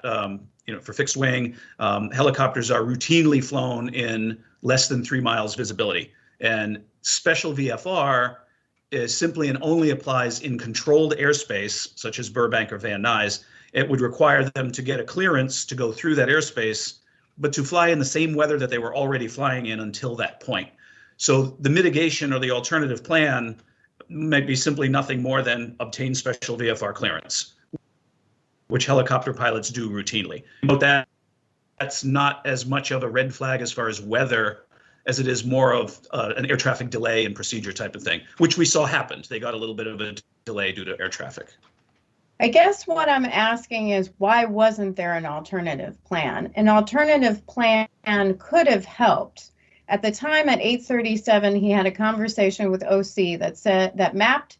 He pointed to a map that said he planned to go north to Dodger Stadium in Los Angeles around Burbank and follow State Route 118. At some point after Van Nuys, he enters IMC around, and you and I discussed this, 9:44 and 45 seconds, sometime between there and 9:45 and 10 seconds. That's 35 seconds. I mean, that's not a lot of time. And so why wouldn't it have helped if you had an alternative plan in mind rather than a quick decision making? Yes, ma'am. We're now moving past the special VFR area, and other than using that as just an indicator that things may not go exactly as you plan. In a global sense, and I may hand this to Dr. Civilian, in a global sense, this is one of the things we found with the operator. They were not set up to have, we're not talking about weather alternates or things like that, but the alternative methods of getting the job done, the infrastructure there to help these pilots out if they do have to divert and assist the passengers in getting to where they're going, which those type of things can reduce the self-induced pressure that we've already discussed. And Dr. Civilian, if we have a few more seconds, might be able to piggyback on that a little bit. Yes, Island Express did not have any documentation or anything for that matter regarding alternative plans, and so that wasn't available to the pilot. Right, and I do want to get into that a little bit more in the next round of questioning on the risk analysis, this actual risk assessment form and SMS. So with that, I'm out of time. Member Hamady, thank you very much. And Member Graham. Thank you, Mr. Chairman. As you stated during the presentation, we've seen this accident before, unfortunately. Helicopters continuing VFR flight into instrument meteorological conditions, and unfortunately lose control of the aircraft due to spatial disorientation. In the last 7 or 8 years, what has the FAA or the industry done to try to eliminate this type of accident? I think Dr. Civilian has some background on some efforts in that area. Thank you. Yes, alongside the training that pilots pilots take, there's a lot of guidance from industry associations regarding what a pilot should do if they get themselves into this situation. The United States Helicopter Safety Team has also worked on procedures and documentation to help pilots understand the risk associated with flying into instrument meteorological conditions. So there's a lot of effort there by the industry to help pilots in those circumstances. Thank you. Yeah, they've done good work, like land and live programs. I know they push that. Some other things I've noticed that the FAA raised the minimum flight visibility for helicopters to a half mile, which is up from much lower, but it's still very limited visibility. I noticed air ambulance pilots, they've required them to hold instrument ratings, and also for the air ambulance helicopters to have the HTOS system. They've also required Part 135 helicopters to have radar altimeters and to be trained for inadvertent IMC, which this pilot and this aircraft actually have. But it looks like from the data that the statistics that this really hasn't helped a whole lot. As a matter of fact, we still average about 2 of these types of accidents a year, so it hasn't changed much. I'd like to switch over to instrument ratings. I know I'd like, at least for the fixed wing operators, probably don't understand instrument ratings as far as helicopters go. So is it, this pilot, I think we put out that he had about 75 hours of instrument time. Do we know if any of that time was in a actual simulator, or was it all simulated in the actual helicopter? I don't know that we have it broken down that to that much granularity. Mr. Salazar can break it down as best we know. Sir, we only have a resume or a documentation from Island Express that showed the 75 hours of instrument time, but it didn't break it out into simulator versus actual aircraft. Okay. Did I actually see something that we might believe he only had 7 or less than 7 hours of actual instrument time? There's no documentation that shows any of his actual instrument time, sir. Okay. Okay. So we don't know. And actually, through my research, I found out, and this isn't the whole helicopter industry, but this is a vast majority of them have very little actual instrument time. A lot of them have very little simulated time in a simulator by being in a vision device, in reduced vision of device in an actual helicopter. So I know there are some instrument pilots out there in helicopters that actually have no actual instrument time, which is hard for a fixed wing pilot to believe, but that's not very conducive for good training and good instrument time. Is instrument flying a perishable skill? Absolutely. Yeah, yes, it is. And do we know if this pilot was actually instrument current? We do not have documentation to support that he was instrument current. Yeah, and I think we find in much of this VFR only operations that many of the pilots are not instrument current. So, and instrument flying being a perishable skill, once you do enter an inadvertent IMC situation, it'd be very, very difficult to transition to your instruments and trust them if you're not current on them. And I see my time's up, so thank you very much. Member Graham, thank you very much. Member Chapman. Thank you, Mr. Chairman. I have some questions about safety management systems. In 2016, NTSB recommended to FAA that all Part 135 operators should be required to implement safety management systems. Since then, the original recommendation to FAA has been reiterated by NTSB 4 times, each time based on our findings from investigations and other fatal accidents involving Part 135 operators that did not have a fully implemented safety management system subject to FAA oversight. Today, it's likely we will again reiterate the recommendation to FAA. This would be for a 5th time, and essentially this is 5 years after the initial recommendation. Apparently, there are some indications that FAA is considering action on this, but it appears to be a longer-term initiative for the agency. Is that correct? And how confident are we that FAA will eventually act on the recommendation?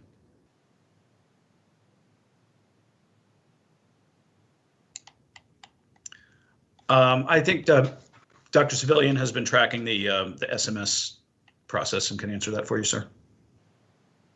Mr. Hoyt, who's in recommendations, can provide an update on the current situation. Thank you. So in the fall of 2020, during the FAA's rotorcraft safety conference, the FAA administrators said that they were hoping to publish a proposed SMS rule in 2022 that would apply to air taxis, air tour operators, and others.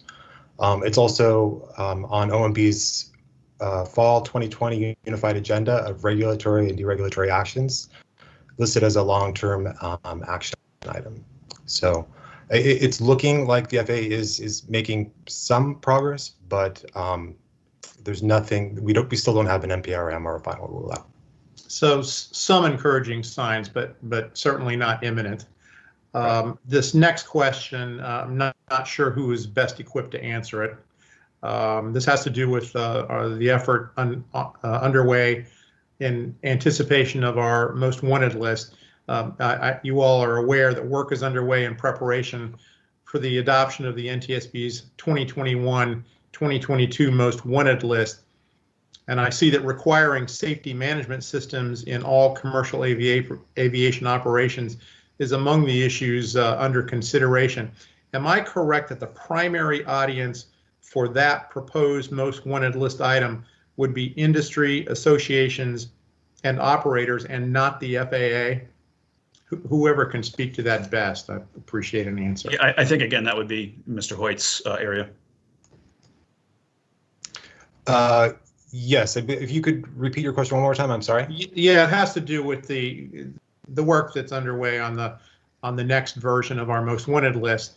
The proposal to focus on safety management systems for all commercial operators, that effort appears to me from the materials provided to us, that appears to be focused on essentially on industry adoption of safety management systems, not on FAA taking action to require safety management systems. Is that correct? Well, it would be both. I mean, we're wanting to reach out to industry so that they can voluntarily implement an SMS program, but we're also still wanting the FAA to require that. So obviously we're sticking to our guns in terms of pressing FAA, but it sounds like we have more hope of progress when it comes to encouraging the industry to take voluntary action. Correct. Today, I don't anticipate that we'll make any broad recommendations to industry regarding adoption of safety management systems. Are we missing an opportunity to do so?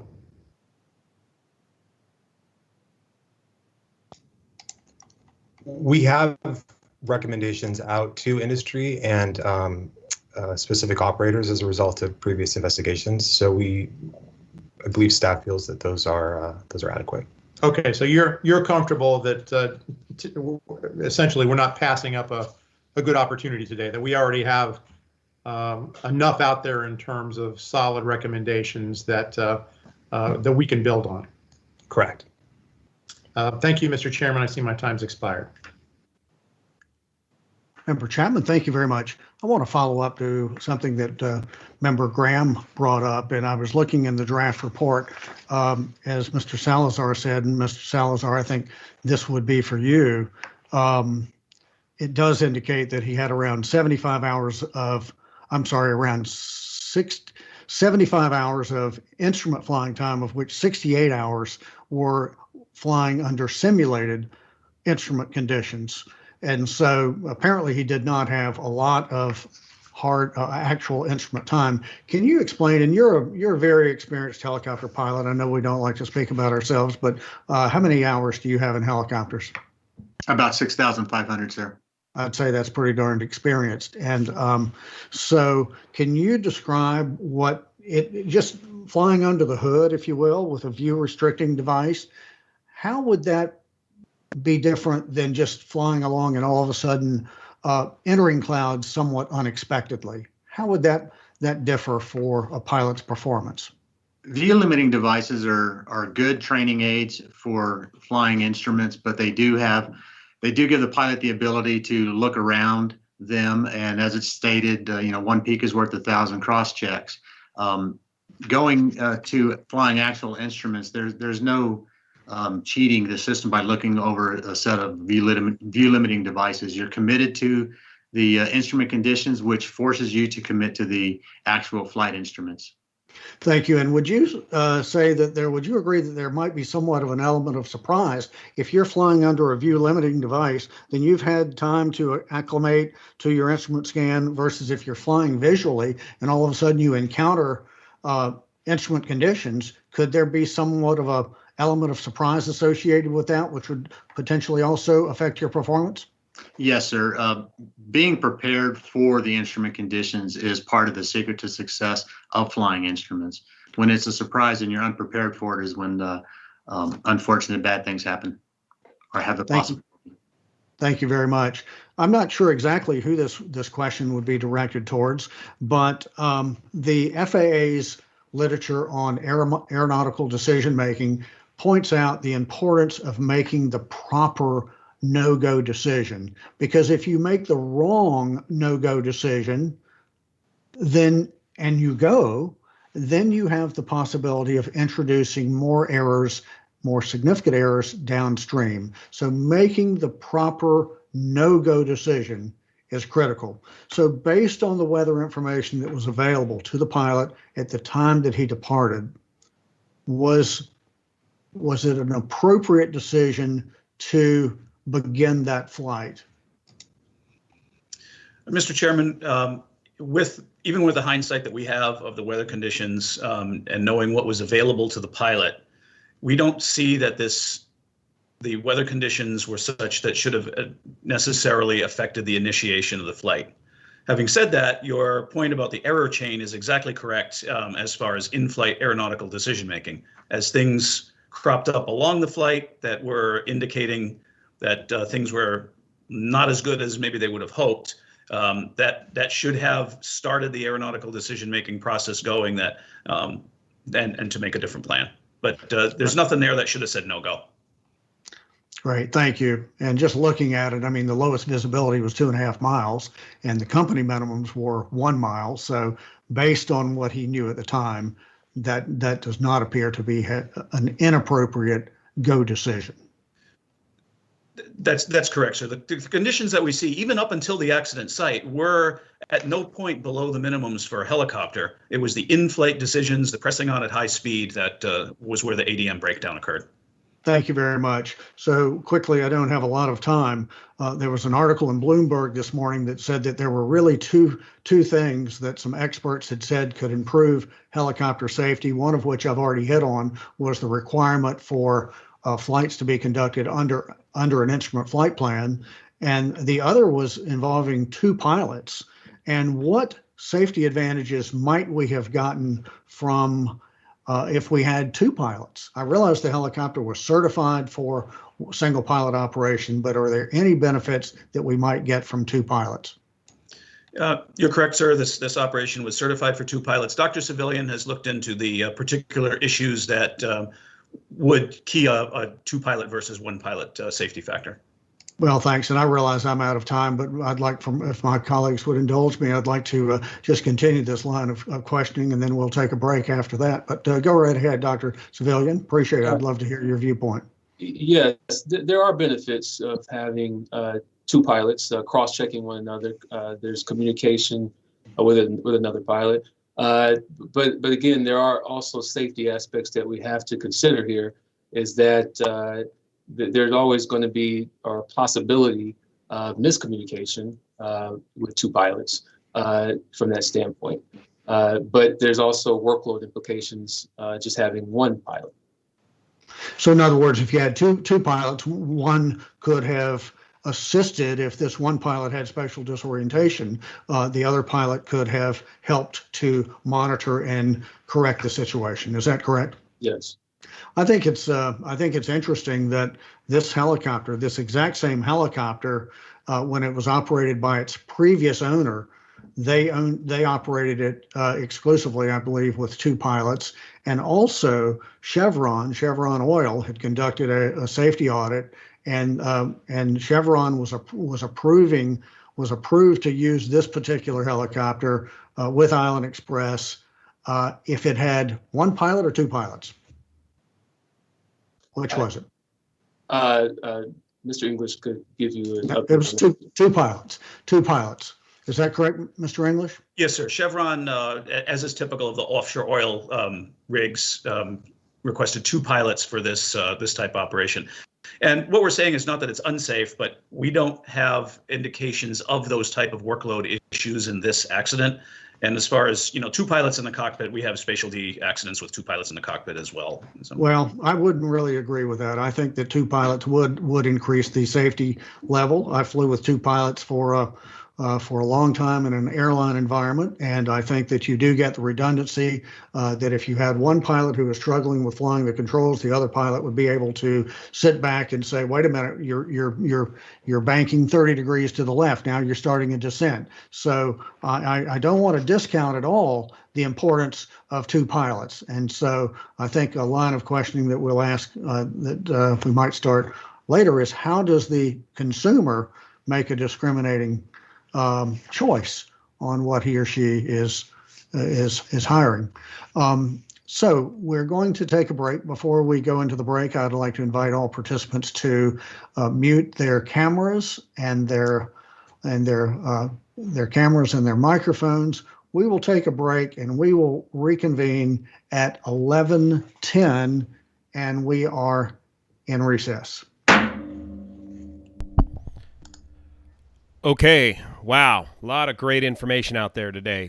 Can you hear me now? Am the mic back on? Let me see if I can just summarize from memory here what we got real quick. The NTSB is considering that this accident was a simple case of spatial disorientation on behalf of the pilot. In other words, getting the leans. And it looks like, if my math is correct, he was within just 100 feet of breaking out of the top of the clouds. So he's taken the charter. He's under his own self-induced pressure to get the client, the high-value client, a friend. They've become friends over the years now. And though Kobe may have not been pressuring the pilot directly to get to the destination, the pilot is feeling a self-induced pressure to get his friend now and his family to a destination with marginal weather. The marginal weather is fog and low clouds, the typical marine layer in the Los Angeles basin area that's about 1,500 feet thick, and the weather is generally clearer out to the east. But the pilot chooses a route that he's very familiar with that gets him into this marine layer. The pilot initiates his emergency IFR encounter procedures to get out of the weather by trying to get on the instruments and climb straight ahead and get above the weather back to VFR conditions. And at just about 100 feet from the tops of the clouds, he begins to get he began to get his spatial disorientation probably as soon as he entered the weather, but the spatial disorientation puts him immediately in a left-hand turn, an ever-tightening left-hand and descending turn until he impacts the terrain. We learned today that the pilot, who is the chief pilot of the operation, that means he's responsible for the training and all the other pilots of the operation, has very little actual or simulated instrument flying time. And in fact, It sounds like today it was revealed that he had something on the order of 70 hours or 75 hours total instrument time, of which 68 of those hours were in a simulator. So perhaps as little as 7 hours of logged actual IMC, or flying under instrument meteorological conditions, flight time experience. In other words, even though he's a CFI, a CFII, an instrument instructor in helicopters, he has very, very little actual instrument flight time experience, and clearly is not proficient in IFR operations, nor is he required to be per the current state of the charter operations for helicopter operators that they were operating under. So what happens, of course, you enter the weather and you lose it. You lose control of the aircraft. Spatial disorientation, we've gone into that discussion many times before with the vestibular system, the inner ear. The human is not conditioned.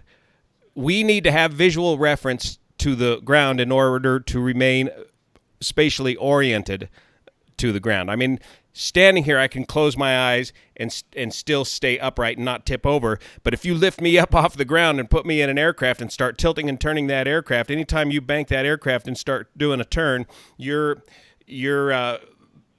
gravity vector is still straight through the bottom of your seat. So it's your inner ear will start telling you one thing, and your instruments will tell you the truth of what's actually going on, and you have to wrap your mind around the fact that your inner ear is telling you something different than your instruments are, and you have to trust your instruments. And that's where the lack of proficiency and currency in instrument flying failed this flight. We also learned today that there was nothing wrong with the helicopter, the fuel situation was fine, and this helicopter had a perfectly operational autopilot. Had this pilot engaged that autopilot and continued his emergency climb out of the soup, he would have been fine. The Sikorsky autopilot has a 50-knot limitation. One common misconception with helicopters is that, well, you can just stop and hover a helicopter. Yes, you can do that before you enter the clouds. You cannot hover a helicopter in IMC conditions. You already flying or hovering a helicopter is like trying to balance a broomstick on the tip of your finger. Very, very difficult. Doing that on instruments is impossible because why? You can't on the instruments tell drift left or right or backwards. Only very, very specialized, a handful of very specialized hand helicopters have this capability of hovering in IMC conditions. This was not the case with this helicopter. This Sikorsky has a 50-knot forward limitation, so you need to be going forward at least 50 knots of airspeed in order for this helicopter autopilot to remain engaged. And that would have worked out fine for his emergency IMC escape. Now, and they also got into the details of what exacerbated the spatial disorientation, and this is very common. If you're in your seat flying your aircraft or helicopter with your head still looking at the instruments, it's it's enough of a task just to do that and believe your instruments. As a single pilot operator, and you have to start switching frequencies or changing transponder codes or reaching for switches that are not immediately available on your hands or on your stick or throttle, and if you need to bend over and move your head to reach down and do a task like change a frequency, just the prospect of bending over and picking your head back up is enough to severely induce the leans or spatial disorientation because you're upsetting the inner ear vestibular system. And again, if you don't believe your instruments, you're doomed. Regarding the use of TAWS, TAWS and SMS, a couple of acronyms that kept coming up. TAWS was Terrain Awareness Warning System. This has been on the most wanted list for the NTSB. TAWS is not a player in this particular accident. Why? Because in this particular accident, the pilot had already lost control of the helicopter when he impacted the terrain. Having an awareness of the terrain around you is critical in preventing CFIT accidents or controlled flight into terrain, the operative word being controlled. This was not the case in this situation. This was spatial disorientation. So the implementation, TAWS wouldn't have helped him in this case. He knew where the terrain was, and the TAWS would have been going off like crazy as he descended into the terrain out of control. Safety Monitoring System, SMS. That's a more global system, if you will. It's primarily a paperwork thing. It's how you manage safety throughout your organization, how you manage your training, and how you enforce a plan B or an alternate plan. And it's common throughout any professional aviation organization that deals with IFR flying to have a safety management system in place. Since these helicopters are VFR only operation, there is no requirement, I believe, for a SMS or safety monitoring system to be in place. And of course, the military uses this extensively as well. SMS, safety monitoring system. All right, let me go back and check out some questions here, and let me see if I can help answer any other questions. Stand by, I'll be right back. Let me check this out.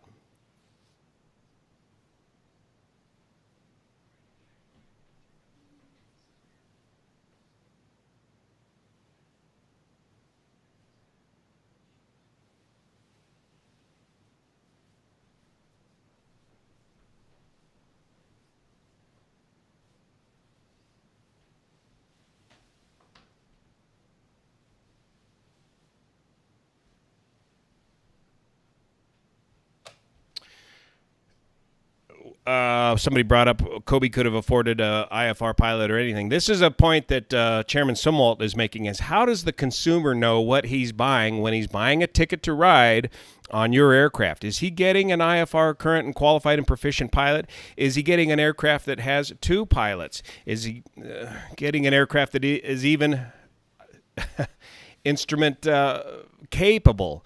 The consumer doesn't know these nuances inside of aviation. That's why aviation is so heavily regulated the way it is. So the big debate here is in the helicopter world is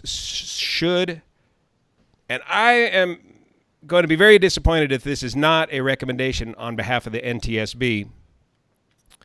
Should Part 135 charter helicopter operations be required to be IFR certified, current and proficient, similar to the way fixed wing Part 135 charter operations are? You would lose some of the utility of the helicopter, and that's part of the whole advantage of having a helicopter is they have such great utility value in VFR conditions. But when you're just hauling passengers around similar to that of an aircraft, shouldn't you be on the same playing field with a fixed wing aircraft and be required a IFR current and qualified operation? I really would like to see that as a recommendation of the NTSB. And again, the briefing here did touch on the battle between the NTSB versus the FAA. Remember, the NTSB is only an advisory board and can only advise the public and the FAA to make recommendations to changes in rules and regulation. It is up to the FAA, and sometimes legislators get involved in Congress to force the hand of the FAA to... We are back in session, and we'll begin with the next round of questions. I'm going off. Vice Chairman Landsberg. Thank you, Mr. Chairman. I'd like to follow up on your point on the sudden encounter with IMC conditions. This is perhaps for Mr. Richards. Is it your belief that the pilot had no forewarning that he was going to encounter lowering conditions here? I'm not sure I can answer that question. Perhaps that's a question for Mr. English or Mr. Salazar. Fair enough. Yes, sir. I don't know that we could really say sudden in this case. The marine layer, as Mr. Richards did describe, was widespread, was in that area. It was lowering slightly as you worked your way to the west towards that higher terrain, and the terrain was rising slightly. But this was certainly something that could be seen by the pilot and anticipated.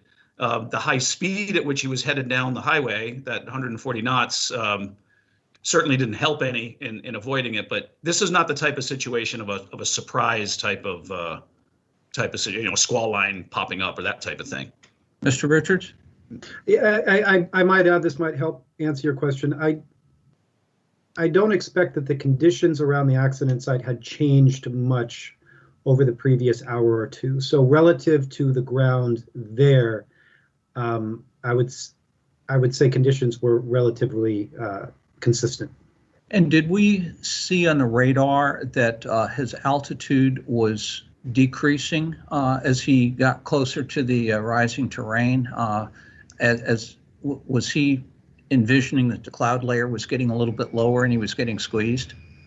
I think getting squeezed is a good description. We can see as they're heading westbound from the Van Nuys area and along somewhat flatter terrain, they maintain the 500 feet above ground level pretty well. The terrain starts to rise, the helicopter starts to climb, but after a certain point, he's not climbing anymore to maintain that 500 feet. And it starts to slowly tick down until we get to about that 350 that I mentioned, about where that construction site camera saw him. So it would be reasonable to assume, I know that's a dangerous term, but it would be reasonable to assume that he had a sense, this isn't working as well as we would have hoped, and I'm having to kind of work at this to stay visual, and yet I'm losing terrain clearance. Is that a fair statement? I think that's consistent with the data that we have, including his call to ATC and everything as well. That's all consistent. Right. The chairman also talked about go versus no go. And there's only one time, I think, that you can make that, and that is prior to departure. Because once you've decided to go, now you've moved into a different decision-making realm. And so now it's constantly, you're having to assess, in this case, a mile or a mile and a half at a time, whether continuing is the right thing to do or whether we should be looking at some alternative. Does that make sense? Yes, sir. That's entirely appropriate. It's actually discussed in ADM literature and training as well.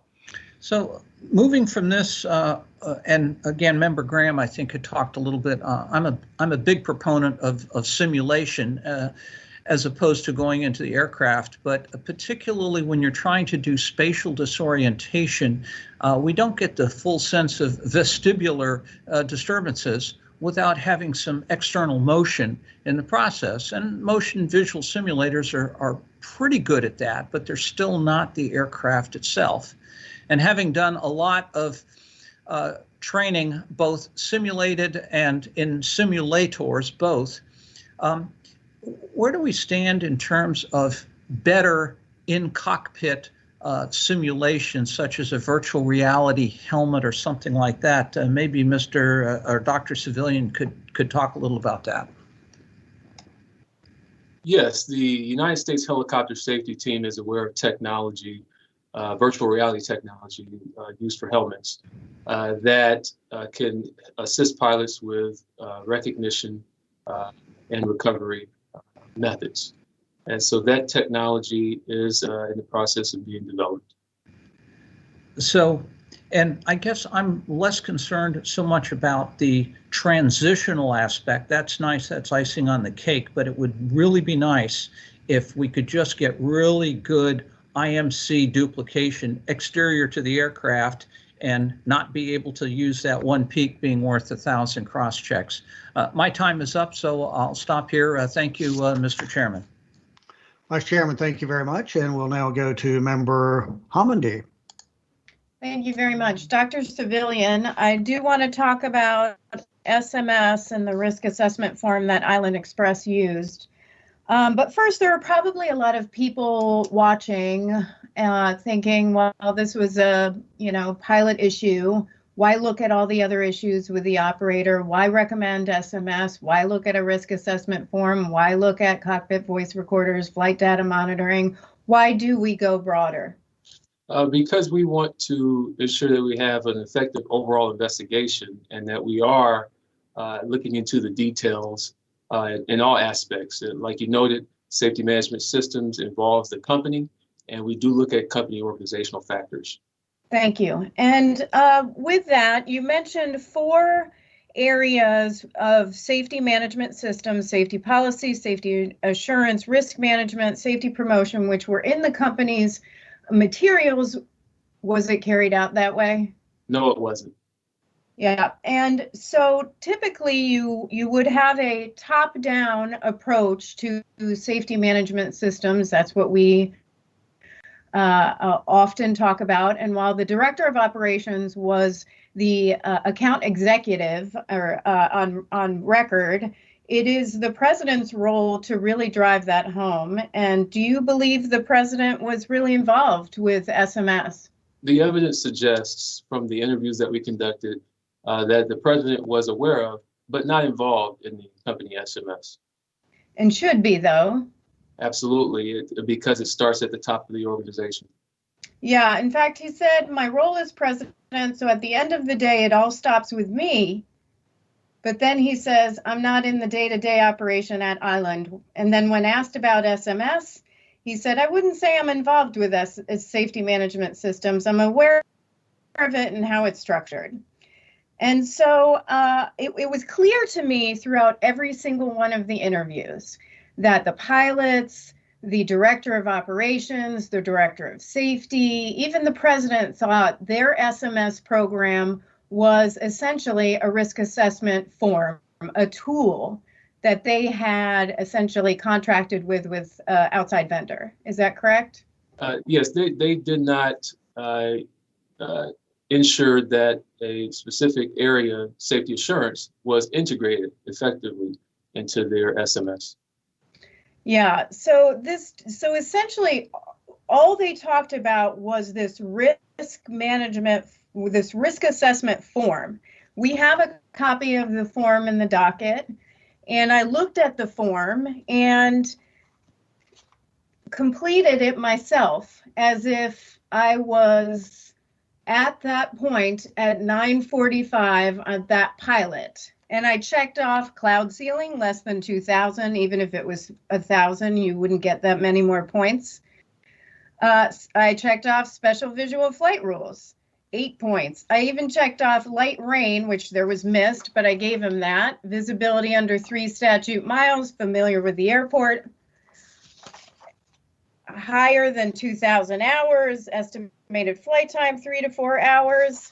Even added internal stress, self-induced stress. After I completed all of that and added it up, I came up with 37. What is their, how do they operate on these scores? There's a 45 and a 60. What do those scores mean to the company? Yes, 45 would mean that the overall risk assessment is elevated. And 60 would mean that that would be a high risk, and they would have to seek management approval for mitigation. So I got a 37, and that's really checking everything. So did anybody ever report getting to 60?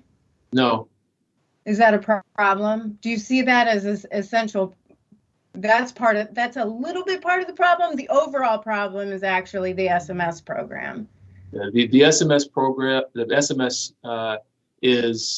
was the area that we identified, in particular, the safety assurance component, where we saw the issues. And I don't have much time, but Member Graham asked about this. There is a voluntary program. Why do we recommend that it be mandatory? And how many operators actually participate in the voluntary program versus how many are out there? The benefit of the FAA Safety Management System voluntary program is that the FAA FSDO, or Flight Standards District Office, can help work with the operator to set up their safety management system. And because the FAA has experience with developing SMS, that can aid the operator in understanding what's required. Currently, there are 17 operators, 135 operators that are in the process of or have been approved for the voluntary program, and another 158 that are in some sort of the process with the FAA of getting approval. So if you take the over, let's say, 1,900 operators, that's how that data is broken down. So very few out of total operators are actually approved through the voluntary program to have SMS. Yes. So thank you very much. I'm out of time, and I will come back to this. Thank you for the additional time to allow him to answer my question. Absolutely, and thank you for your questions. Member Graham.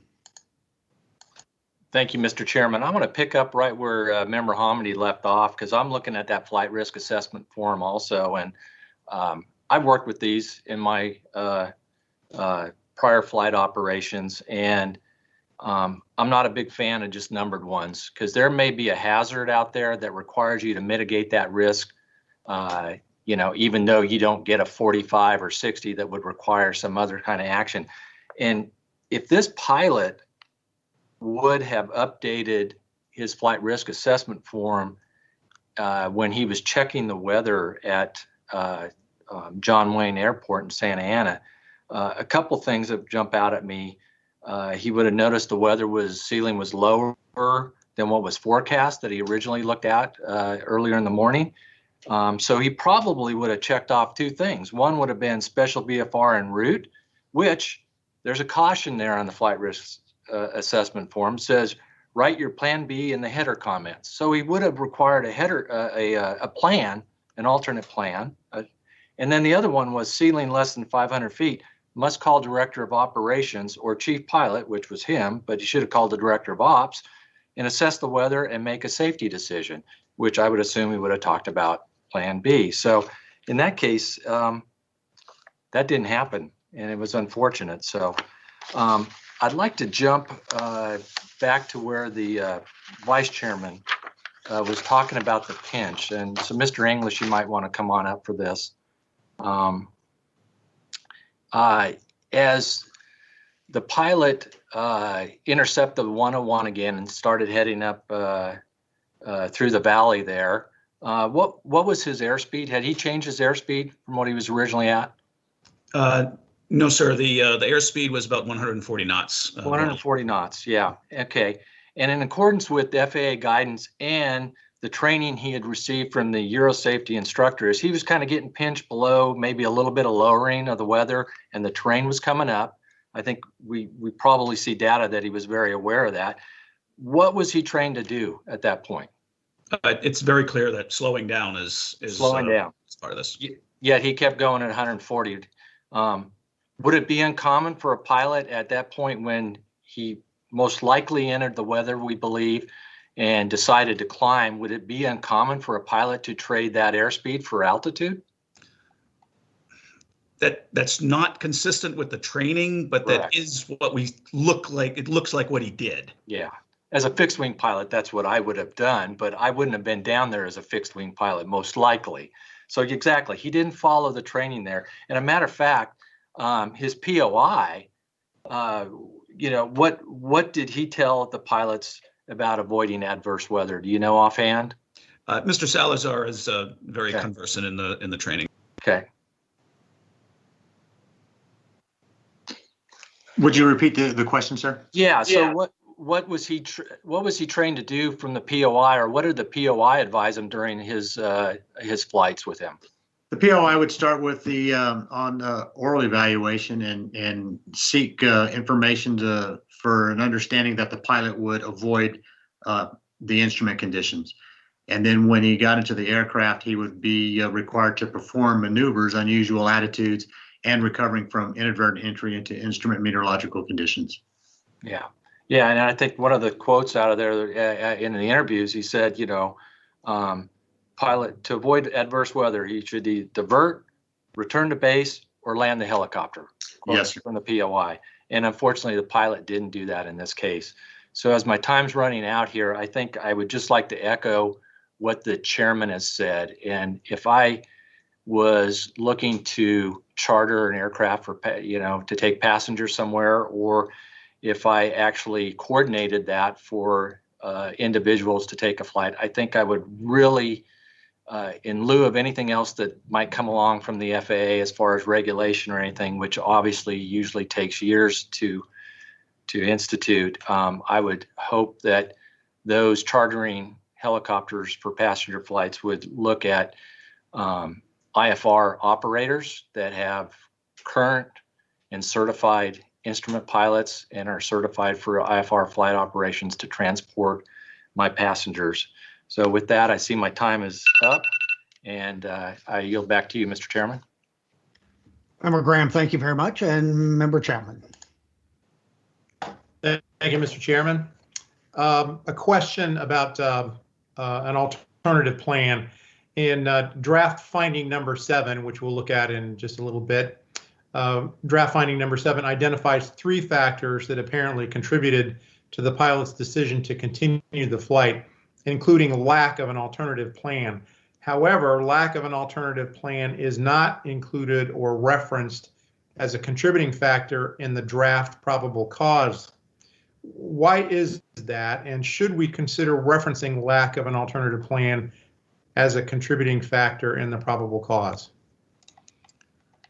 Member Chapman, perhaps I can expand on that a little bit. We may be thinking of alternative plan in the alternate airport rules or something like that from instrument flying, and that's not exactly what the main risk of that is here. The alternative plan keys into the self-induced pressure and the other biases that we've been looking at, in that the company didn't really have a robust infrastructure to help out in case the pilot did have to go to a plan B, whatever that might be. Divert, for example, divert to Van Nuys. In fact, that was a relatively easy plan B. Divert to Van Nuys, if they waited 20 or 30 minutes there, the clouds would have lifted and easy to go through, or divert and get ground transportation. It wasn't very easy for him to say, this is something that we can do and it's not going to be a big deal. We think that is part and parcel of where we're talking about the company and their assurance and their oversight and being able to have some of these, not necessarily aviation alternates, but alternates that help take the pressure off the pilot. Thank you, Mr. English. That's helpful. Actually, this will be my last question, Mr. Chairman, and it's not really a question. I want to return to the topic of voluntary safety management systems, and I want to reiterate the numbers that we just heard a few minutes ago. This is information that our investigative team obtained from the FAA. So FAA is aware of these numbers. There are 1,940 Part 135 certificate holders. Of those, only 17, as we just heard, only 17 have an FAA accepted voluntary safety management system. There are another 158 operators whose safety management systems are in various stages of development, and they've applied for FAA acceptance under the voluntary program, but they have a ways to go. So the level of participation on a voluntary basis among Part 135 operators is thin. It's laudable that some have taken the steps necessary to secure FAA acceptance under the voluntary program, but the numbers suggest there is a lot of work to be done. I hope FAA will eventually step up here. In the meantime, I encourage the various industry organizations and major operators which support voluntary adoption of safety management systems to maintain their efforts. My thanks to everybody today for the patience and good work during the meeting. Member Chapman, thank you very much. Mr. Salazar, I want to return to a question that I was asking before the break. I got a little pinched on time there. As a very experienced helicopter pilot, can you tell me how having a second pilot might have helped in this situation? Well, you have the ability to converse with the other pilot and share your thoughts on an upcoming decision. And if you make a decision that is questionable, the other pilot would be able to bring up concerns. Thank you very much. So my question is, and I don't think there's an answer for this, it's curious that one of the clients for Island Express required 2 pilots, but not for all clients. I realize there's a difference between, I mean, this helicopter was certainly certified for single pilot operations, but there's a difference between legal and safe. And it's just curious to me why Island Express was not utilizing this helicopter in a 2-pilot configuration. Any thoughts on that? I don't think we know the answer. I saw nothing about that. Any thoughts? I agree with you, sir. That's a hard question to answer. Well, let me ask you this.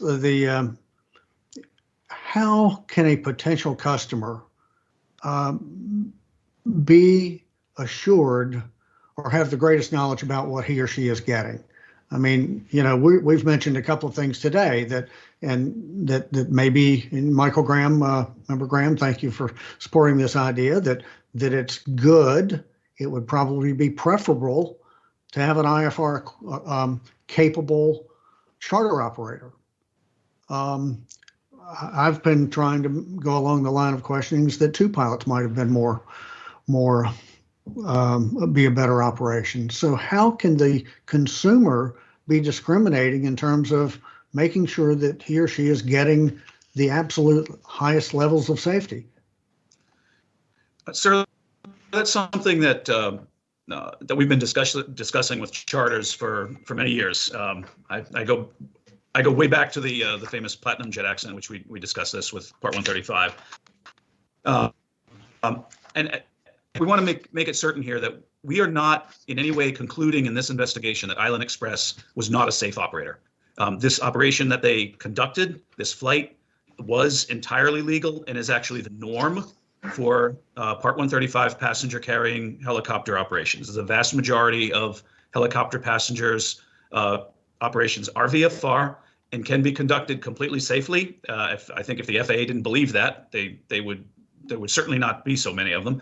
Can be conducted perfectly safely when conducted within the parameters of the regulations and their operation specifications.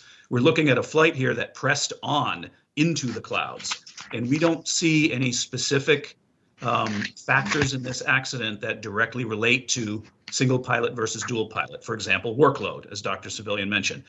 It doesn't take much workload to turn the helicopter around and land it at Van Nuys. It takes a good decision and a good support to do that.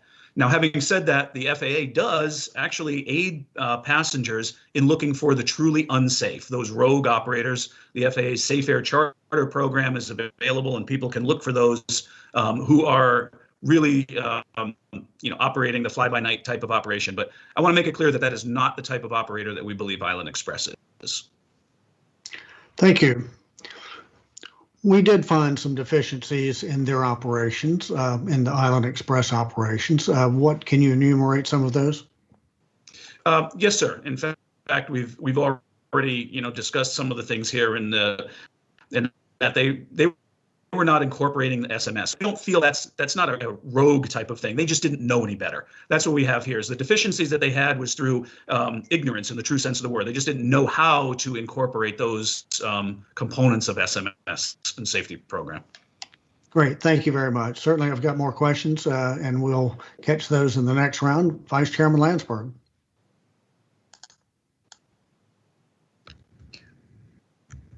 I want to follow up a bit more on the SMS situation. we've had a recommendation for voluntary SMS as well as mandatory for some time.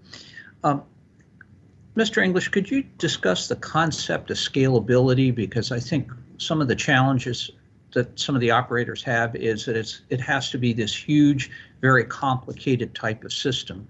So talk about scalability, if you would, sir.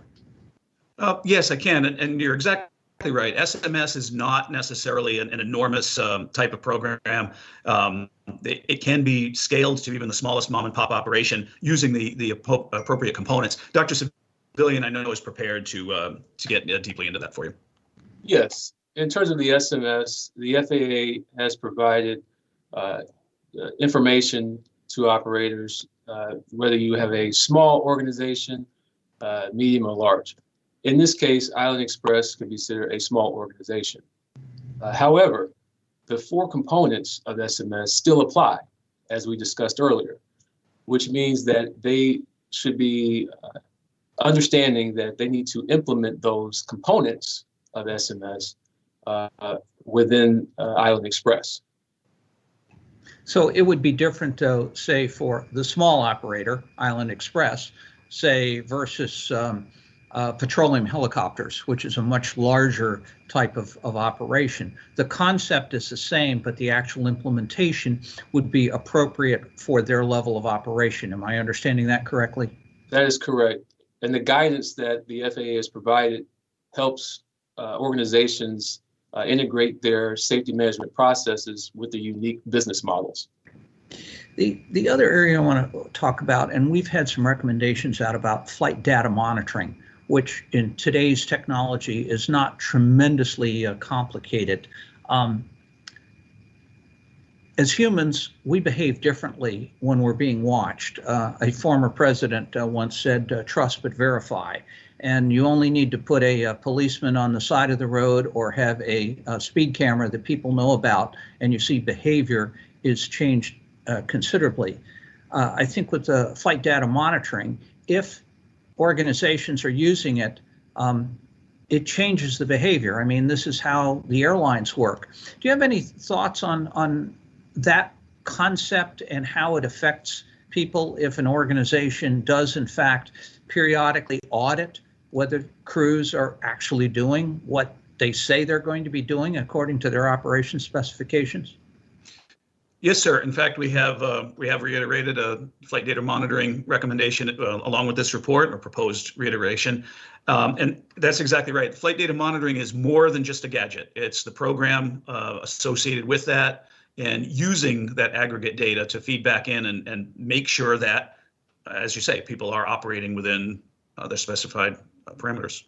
Yeah, I find in terms of the training environment or the checking environment, everybody is on their best behavior. And I think we saw that here, that the FAA's principal operations inspector said that the crash pilot here was, doing an exemplary job because he was behaving differently. And as we get into our findings, I think we find out that in the real world, when he knows that he's pretty much on his own and there isn't an inspector sitting next to him, it's a different environment. Mr. Chairman, I don't think I have any further questions at this point. I want to thank everybody for their efforts and look forward to our further deliberations. Vice Chairman, thank you very much. Member Hamidi. Thank you very much. I'd like to ask about cockpit voice recorders and flight data recorders. We have some recommendations on those. Whoever, Mr. English or someone else can pop up for those. Was there a CVR on the helicopter when it was manufactured? Yes, ma'am. It was delivered with a CVR. And when Island Express purchased the helicopter in 2015, they made some modifications to the helicopter, which also involved removing the CVR. That's correct. And under current regulations, what operations right now in aviation require cockpit voice recorders and flight data recorders? This particular flight, the VFR, the single pilot operation, did not require a CVR. The regulations are quite complicated, so I will defer to Mr. Babcock from our recorders lab, who can explain that to you. Thank you. Good morning. For cockpit voice recorders, the general rule is 2 engines and 2 pilots and 6 passenger seats or more. For flight data recorders, it gets vastly more complicated, taking into account the data manufacturer, the helicopter, and the number of passenger seats. For this particular helicopter, it was manufactured before any flight data recorder requirements would have applied for the number of seats it had. What's the safety advantage? Because we get people on the outside say you only want CVRs or FDRs to conduct investigations, to help you in your investigations. What's the response to that? How does it improve? How do they improve safety? Well, ma'am, we like to believe that our investigations do improve safety, first of all. And CVRs and FDRs are primarily intended for investigative purposes. However, similar devices, and such as Vice Chairman Landsberg was mentioning, can also be used within a flight data monitoring program, non-punitive type programs to detect various precursors to accidents. In the report, we mentioned a particular helicopter crash where there were benefits to having a CVR and an FDR on the helicopter. Can you talk about that?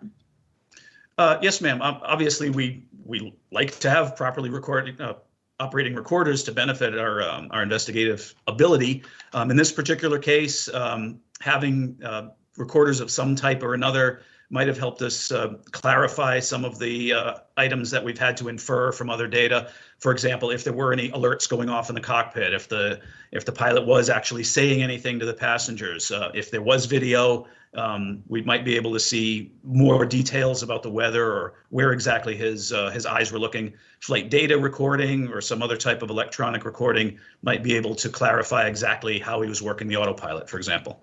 Well, in this one in particular, because of what we were able to gather from those devices, we actually issued 3 urgent safety recommendations on airworthiness issues. If it weren't for the recorders, we wouldn't have had the information, and that's where it is key for improving safety. In fact, we've seen other areas and other modes where cameras or recorders are critical for safety purposes, not just for our investigations. I'll take a recent rail example where we looked at a train crash in DuPont, Washington, and if it wasn't for the camera recording inside the cab, we wouldn't have known that the locomotive engineer wasn't trained properly and really looked into the training deficiencies of Amtrak. Why is it important to have crash-resistant recorders, and are they also fire-resistant?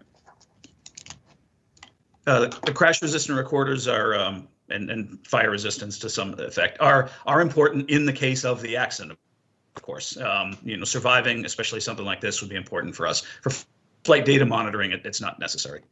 Okay, and I'm actually going to come back to this on a couple of other things, but my time is run out. I will, with my 23 seconds, mention one thing on SMS just to close that out, which was the last communication we received from FAA on SMS for Part 135 indicated they were having difficulty because of 2 executive orders on 2-for-1. You have to eliminate 2 regulations for each new regulation you implement, and those have been rescinded by the Biden administration. So I'll look forward to FAA's renewed efforts on SMS for Part 135. Thank you.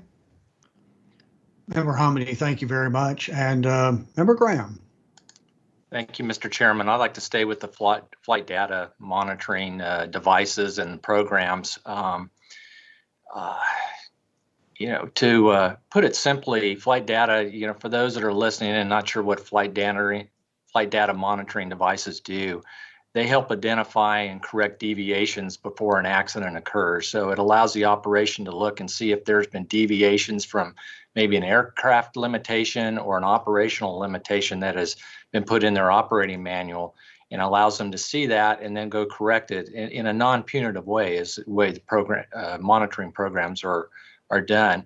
And if you eliminate those near misses or those minor hazards out there, then hopefully you eliminate the risk of the major accident that could result by not looking at these trends and mitigating the risk.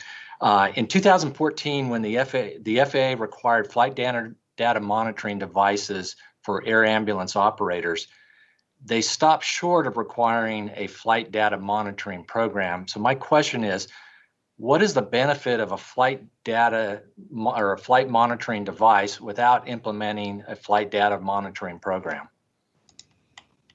We think the two are required to go hand in hand. Absolutely. What was the FAA's reasoning for not requiring a FDM program in this case? I think Mr. Hoyt can speak to the recommendation response. The FAA basically told us that it has guidance available for operators to implement flight data monitoring programs if they choose to do so, but it decided not to actually require the program. Yeah, and I think part of that is they thought, did they think that they were going to have to get involved with their flight data monitoring program like a FOQA program, a flight operational quality assurance program that like the airlines have? Correct, yeah, and they basically said that in order to protect for the information to stay protected, it needs to be voluntarily submitted and participation in a voluntary program such as FOQA. Absolutely. So I think they just kind of want to not have to figure out the resources, as in human resources, to be part of that program, which is unfortunate. So I did notice that the FAA administrator in October, speaking to a group, actually talked about flight data monitoring, and I quote here from him: "Part and parcel of SMS are the practices of flight data monitoring and safety reporting. These are proactive, data-driven approaches to oversight that prioritize safety above all else." So I really appreciate the administrator's support of flight data monitoring, and I really look forward to working with him and the FAA to prevent and save lives by working with flight data monitoring programs. And with that, that's all the questions I have, Mr. Chairman. Thank you. Thank you, Member Graham. Mr. English, I want to come back to something that was said before the break. I'm sorry, in my last line of questioning. You had indicated that, I think you said that Island Express was a safe operation. Is that, am I paraphrasing that correctly? I would say there wouldn't be any indication that Island Express was uniquely unsafe or a problem operator. Which company had this crash, Mr. English? Well, Island Express, of course. So I'm seeing a disconnect here. What are your thoughts on that? I mean, this company had a crash, and you're saying there's nothing to indicate that they were not safe. Well, you asked, I think the concept of that questioning was how a consumer could, detect an unsafe operator, and there was nothing inherent about this operator that would indicate they were unsafe. I mean, I think we see crashes with other carriers and don't particularly indicate that they are unsafe, but they've had a gap, they've had a flaw, perhaps they didn't know any better, but that doesn't necessarily make them a problem operator. They just need to do some things differently or know something differently. Thank you. In fact, by most measures, the interviews that we conducted, the pilot was well thought of, well regarded. He was the chief pilot, had good credentials, and I think this illustrates that even good pilots can end up in bad situations. And I know that I flew for 32 years, and there's certainly several occasions along the way that I made bad decisions and exercise poor judgment. And I think that's a lesson right there, is that we all are subjected to the term I was told years ago was sludge, SLOJ, sudden loss of judgment. And here's a case where a pilot who's well regarded, apparently got into a very bad situation. So let me see if I understand this. So is basically the scenario that we believe happened is that he's flying along, he realizes that he's sort of getting boxed in with visibility, and then he must have made the decision, you know what, I'm just going to punch up through these clouds and get on top. Is that basically the scenario that we believe happened? I think that's correct, and I heartily agree with your statement that this is good people can make a bad decision, and we really want to get to the bottom of why. Yeah, thank you very much. So therefore, we need redundancy in the system so that when somebody does make a bad mistake or commit an error, there's enough redundancy in the system to be able to trap those errors before they become consequential. And so one of the things I want to know is that what can the helicopter industry do to help pilots who end up in inadvertent IMC? I flew an Airbus airplane for many years. It had flight envelope protections. It would not let me take the airplane outside of a safe envelope. Has there been any consideration to something like that for helicopters? I think back to general aviation, I believe there's one or perhaps more avionics manufacturers that somebody can press a button and it will right the airplane. So are there any thoughts about that for the helicopter industry that you're aware of? Sir, that technology does exist for helicopters. There is a major avionics manufacturer that makes an autopilot with electronic stability protection and the level button that you described.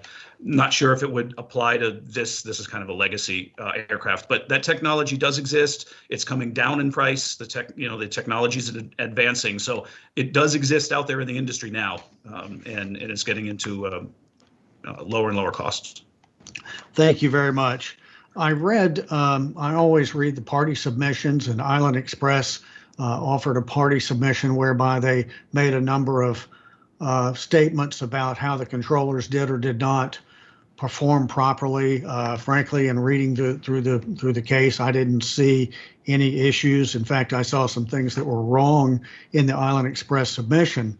But basically, they talk about the controller's multiple errors, the alleged failure to properly communicate termination of radar flight following, the incomplete position relief briefing between the two pilots, the lack of knowledge of the current weather conditions, which monopolize the accident pilot's attention during a critical phase of flight, and by causing him to make multiple radio calls.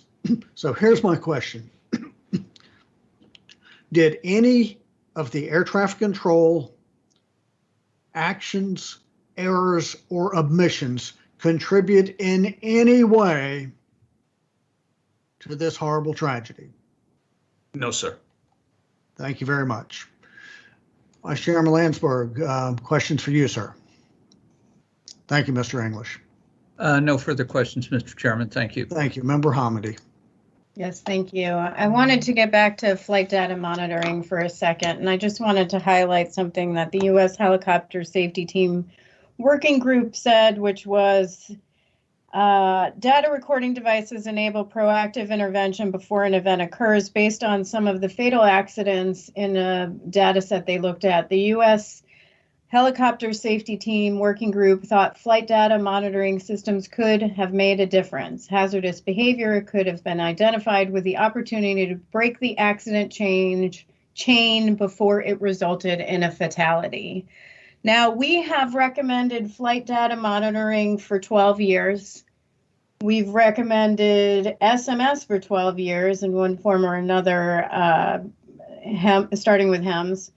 And we've recommended recorders going back 22 years. On flight data monitoring, the FAA responded at one point to our recommendations a pretty, I thought, somewhat aggressively in 2017, stating the FAA will not initiate rulemaking that mandates operators to establish flight data monitoring programs.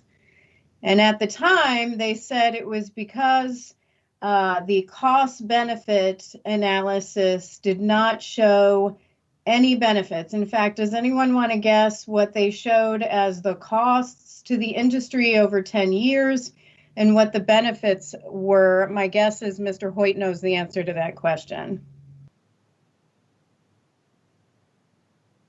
I can't hear you.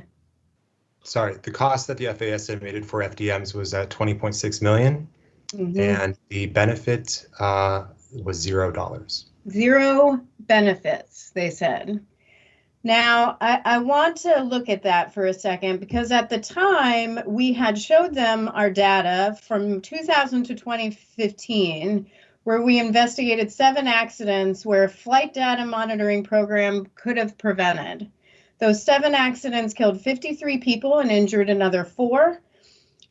So if I add to that, after 2015, Togiak, Alaska, where 3 were killed, 2 killed in Teterboro, 3 in Zaleski, and 9 here in this crash, all of which we advocated for flight data monitoring.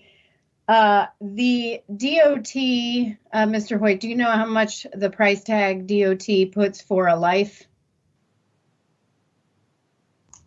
Yes, I believe it's at 9.6 million per fatality. 9.6 million for a fatality. For an injury, for serious injuries, it's 987,000. So if you look at 67 people killed, which we identified, and 4 injured, you come up with 676 million, and with a cost over 20 years then of roughly $42 million. So seems to me that the benefit from lives saved alone, using what I think is a very flawed, broken cost-benefit analysis that I hope the current administration revisits, seems to greatly exceed what FAA estimated the costs to be. And so with that, you know, we continue, and this board meeting is just the first of what I believe is a long series of the NTSB advocating for our recommendations to be implemented. And I will have one more question on how we do that, but I'm coming up on some running out of time, so I will go ahead and yield back my 46 seconds. Thank you very much. I don't believe any of my colleagues have any additional questions in addition to myself. Do any of my colleagues have any questions before we go back to Member Hamady? Okay, seeing none, Member Hamady, you are recognized. Yeah, I just wanted to emphasize one more time that for the NTSB, this is just really, at least for the board members, really the first step in our process of improving safety. After a board meeting, safety isn't improved until we get our recommendations implemented. And so we work hard after this board meeting to do that. And we have a great team at the NTSB to accomplish that. And what I want to do is recognize Ms. Hatchett, who runs our safety recommendation and communications Office of Safety Recommendations and Communications, to talk about what we do after the board meeting to get our recommendations implemented. Thank you, Member Hamady, and I appreciate the opportunity to address this. I think it's really important that we unpack that for those that are viewing the board meeting today. The agency investigates accidents, including the Sikorsky crash, to determine what went wrong and issue safety recommendations to prevent future accidents and save lives. But as you know, the recommendations don't do any good unless they're acted on. So after the board meeting ends, our work continues. In my office, the Office of Safety Recommendations and Communications, we track and evaluate responses to the board's recommendations, and we work with all of you to advocate for their adoption. For those viewing the board meeting, I want to unpack that. So let me explain how all this works. Our safety recommendations team records and tracks all responses to recommendations that we issue. The organization that receives the recommendations, such as the FAA, writes to the NTSB to describe what they plan to do and what actions they plan to take in order to address the recommendations. The team evaluates the response and determines whether the action taken will satisfy the recommendation or is likely to once the action is completed. A letter is prepared and it's approved by the board describing our evaluation of the response, and a classification of the recommendation is made. The team also contacts recipients because we want to make sure that we're doing our due diligence for those who have not responded to a recommendation for some time to ensure that progress is being made in that regard. Our government affairs teams, they are actively engaged with Congress, governors, state legislatures about our investigations and recommendations, and monitors federal and state legislative efforts to improve safety. We will provide requested information to congressional staff about our open recommendations, including those discussed in today's meeting, such as recorders. As you know, we regularly update Congress regarding the status of recommendations as they conduct oversight and consider legislation. We facilitate board member and NTSB staff appearances to keep open safety recommendations in the forefront of public discussion. And I know that we have worked with the Air Charter Foundation and advocated on behalf of SMS. I believe last year the chairman spoke at the training center in that regard. And also we had a roundtable, I think it was a day after the Sikorsky helicopter incident, the crash with the helicopter foundation. I'm sorry, the Helicopter Air Charter Safety Foundation. So we are actively engaged there.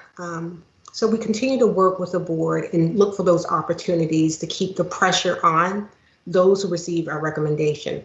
Our advocacy team, and I know that member Chapman mentioned this, he mentioned the most wanted list. So the most wanted list is the premier advocacy tool by which we identify the top safety improvements that can be made to prevent accidents, minimize injuries, and save lives in the future.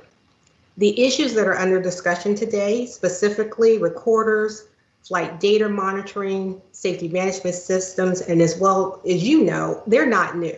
They're not new to the agency. They are such important topics. I believe the chairman mentioned this in his opening remarks, and others have mentioned it as well, that it is on our current most wanted list under Improve the Safety Part 135 Aircraft Flight Operations. So we have a whole effort, a comprehensive approach that, you know, when the gavel goes down and the board meeting concludes, it truly at that point is the beginning, not the end of a critical aspect of our work. So I appreciate you providing the time so those that are viewing this understand how important what we do is, and that we really continue our efforts long after the board meeting concludes.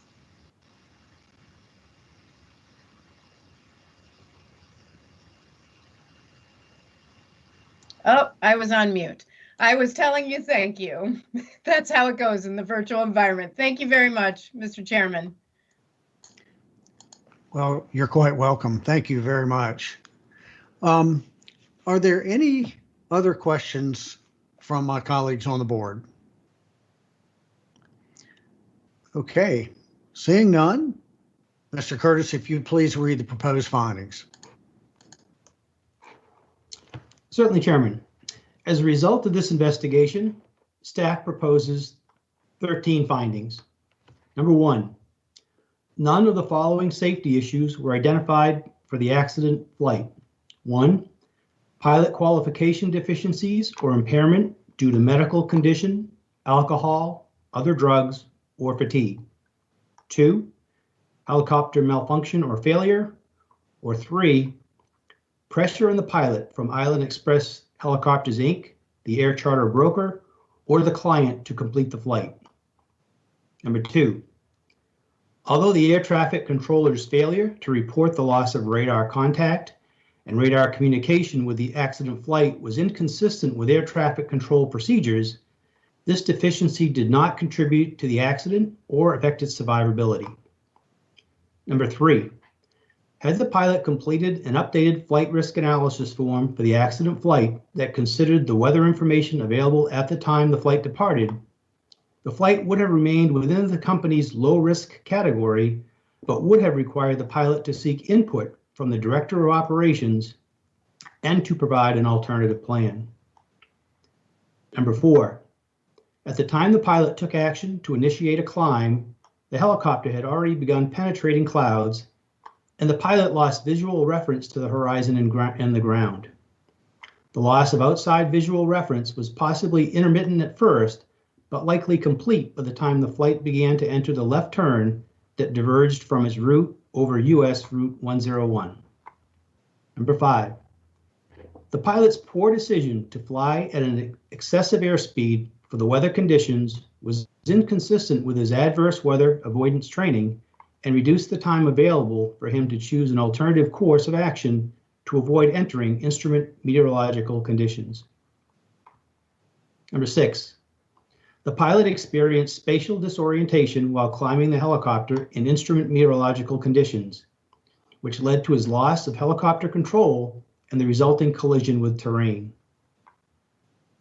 Number 7, the pilot's decision to continue the flight into deteriorating weather conditions was likely influenced by his self-induced pressure to fulfill the client's travel needs, his lack of an alternative plan, and his planned continuation bias, which strengthened as the flight neared the destination.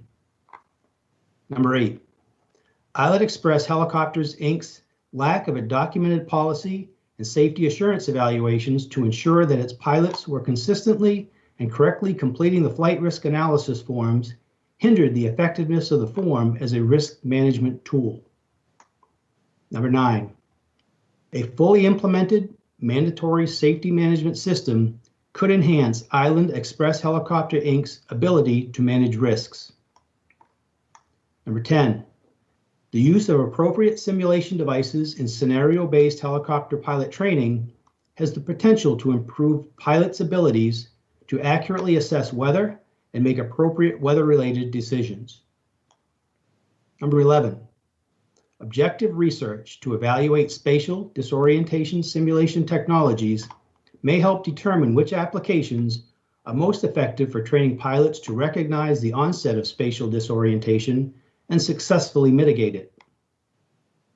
Number 12, a pilot data monitoring program which can enable an operator to identify and mitigate factors that may influence deviations from established norms and procedures can be particularly beneficial for operators like Island Express Helicopters, Inc. that conduct single pilot operations and have little opportunity to directly observe their pilots in the operational environment.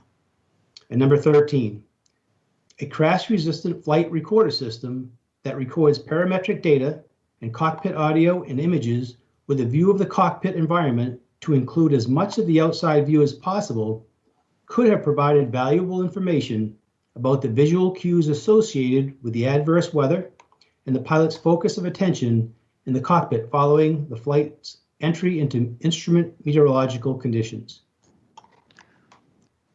Mr. Curtis, thank you very much for reading those proposed findings.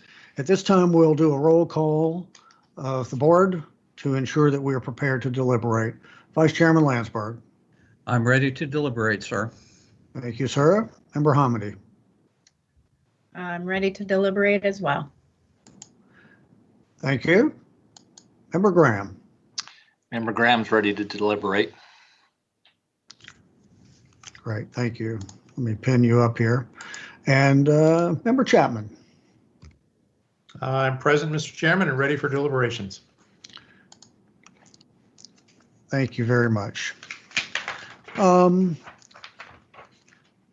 believe we have a proposed amendment. Member Chapman, are you planning to offer a proposed amendment? Yes, Mr. Chairman, I have a proposed amendment to. Okay. Right, that's good. Let me just see. Does anybody else have any others? Okay, Great. Member Chapman, you are recognized, sir. Thank you very much. Yes, sir. I have a proposed amendment to finding number 7, and this is in conjunction with further discussion that we will likely have as we proceed to discussion of the probable cause, the draft probable cause. This has to do with my concern about Member Chapman, if you'd please make your motion and see if we get a second, then you can discuss it. Certainly. I move that we amend finding number 7 as follows. The pilot's decision to continue the flight into deteriorating weather conditions was strike likely, influenced by his insert possible self-induced pressure to fulfill the client's travel needs, his lack of an alternative plan, and his planned continuation bias, which strengthened as the flight neared the destination. And I circulated this language. It's the same language that you all saw yesterday afternoon. Thank you very much. You've heard Member Chapman's motion. Is there a second? Second for discussion. Okay, Member Hamady has seconded it for discussion, and Member Chapman, you are recognized for discussion. Yes, sir. As I indicated, this relates to my concern about identifying self-induced pressure, definitively at least, as a contributing factor in the probable cause. As I've said earlier during the question and answer, it certainly could be that self-induced pressure played a role, and it's reasonable to discuss it as a possibility, but there's little objective evidence on which to base the finding that it actually contributed to the pilot's decision-making, other than the fact that there was a relationship between the pilot and the client.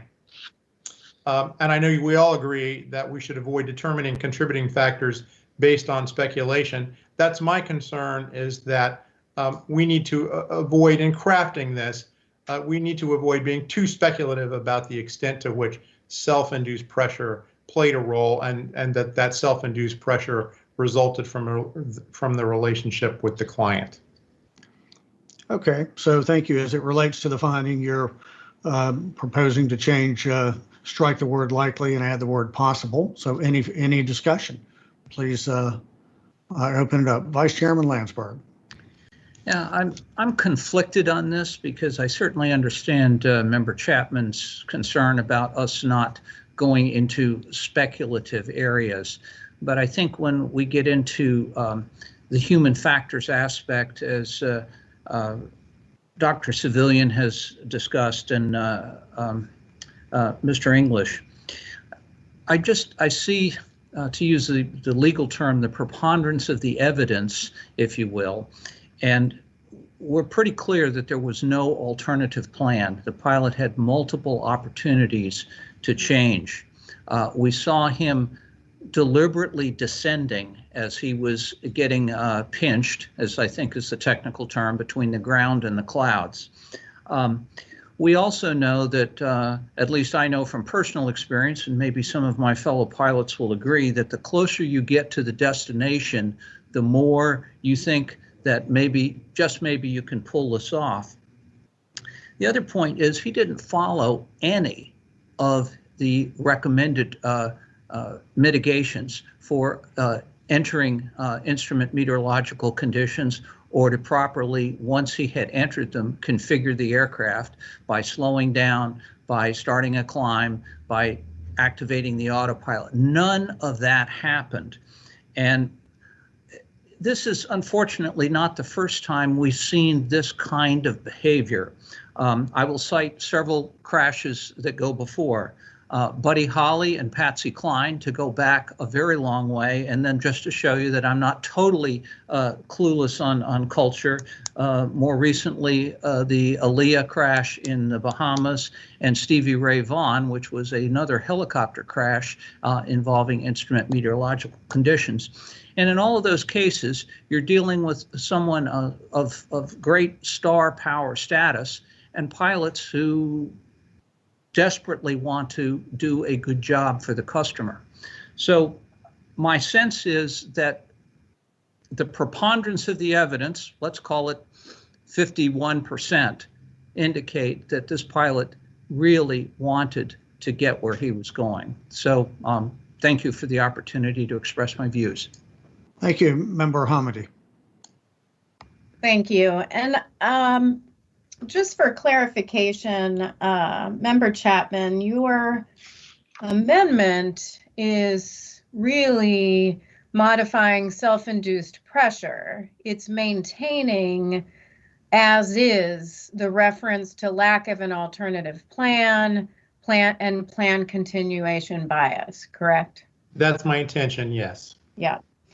So, on this issue, I was equally conflicted. I looked at FAA guidance on aeronautical decision-making and human psychology, and it very clearly states there are tendencies or operational pitfalls that come with the development of pilot experience.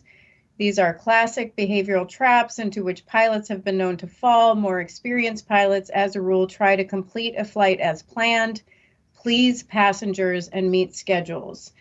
And so, but with that, where I was a little bit concerned is I didn't see evidence of any of that in the docket. And I understand I am not a pilot, but there was actually there were actually comments more about him being willing to cancel flights for weather, and also in response to pressure from OC helicopters. In fact, I think the statement was from one individual. He had no problem canceling flights. He had told OC helicopters on several occasions that, and OC helicopters would get upset if he canceled a flight, and he responded by sending them a screenshot of the weather and would not be pressured into flying. So, I mean, I know that's a different issue, but there was more evidence to the contrary of self-induced pressure in the docket itself. Okay, thank you. Member Graham, do you have any comments? At this time, no. I think I have more or less a question for the investigative team on this when we get to that. Yeah, thanks. And, all we're talking about here is this finding. I think the discussions thus far have sort of been teed up for the probable cause. So let's focus on the finding here. We're talking about changing the word likely and later inserting the word possible. So I'll tell you where I stand. I could support Member Chapman's finding amendment. I do not plan to support at this time. Now I'll wait and hear the discussion, but I do not plan to support an amendment on the probable cause, but we haven't gotten there yet. So with that, staff, what would be your feeling if we were to adopt the amendment to finding number 7? Mr. Chairman, I think I could take that first, or perhaps Ms. Schultz can chime in. But I think staff is quite convinced that likely is the most appropriate word here. I think it's important to note that the use of self-induced pressure here is not an individual flaw identified in this pilot. This is something that the analysis is identified as a trait of any pilot, of any human being, and it's important to note that is solidly supported by the preponderance of evidence, as the Vice Chairman mentioned, in the literature. So we do believe that as solid a conclusion as the spatial disorientation, whereas possible just leaves it open to being very weak in our conclusion, and we are quite convinced that self-induced pressure is actually the factor here. I think Director Schultz may have something to add, or Dr. Civilian. Thank you, Mr. English. I don't have anything further to add, but I would say that the staff believes that the evidence that we have collected in this investigation does frame the likely scenario. So I would concur with what Mr. English said, and Dr. Civilian, if you would like to add any details to that, please do so.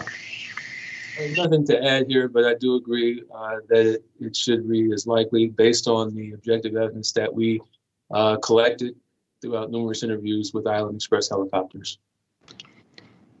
Okay, thank you. Member Chapman, would you like to perhaps have the final word on this? Not necessarily the final word, but what are your thoughts? I do have a question in terms of how this finding is structured. I'm somewhat confused by the discussion just now in terms of the word likely.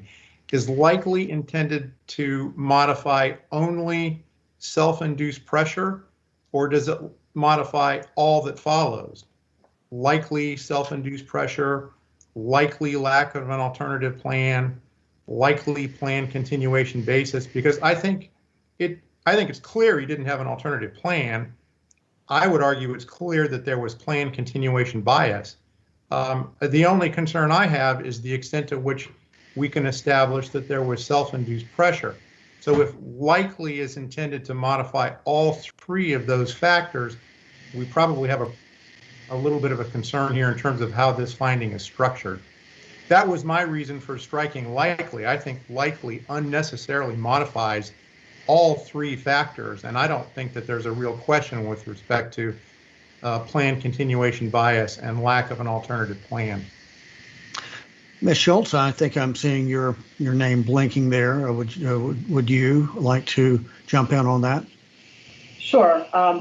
My belief is that likely is qualifying the self-induced pressure and not the other items in that sentence. But I would ask Mr. English or our writer Kathy Gagne to correct my English if that's not the case.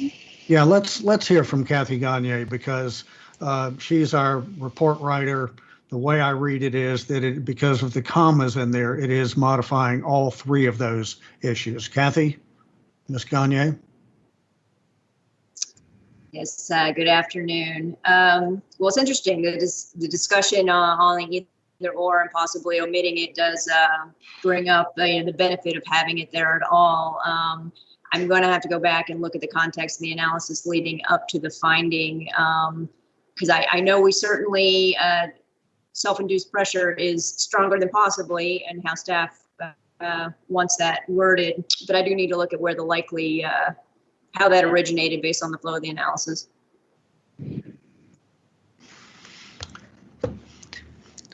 Well, okay, we can argue about the English of it, but yeah, would you like to take a break to discuss that?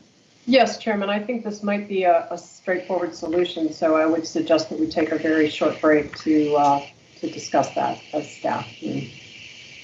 Okay, we will take your advice on that. We will be in recess till 12:35. That'll give you 12 minutes, and we'll reconvene at 12:35. We are in recess. Cameras and mics, I would encourage you to consider turning those off. Thank you.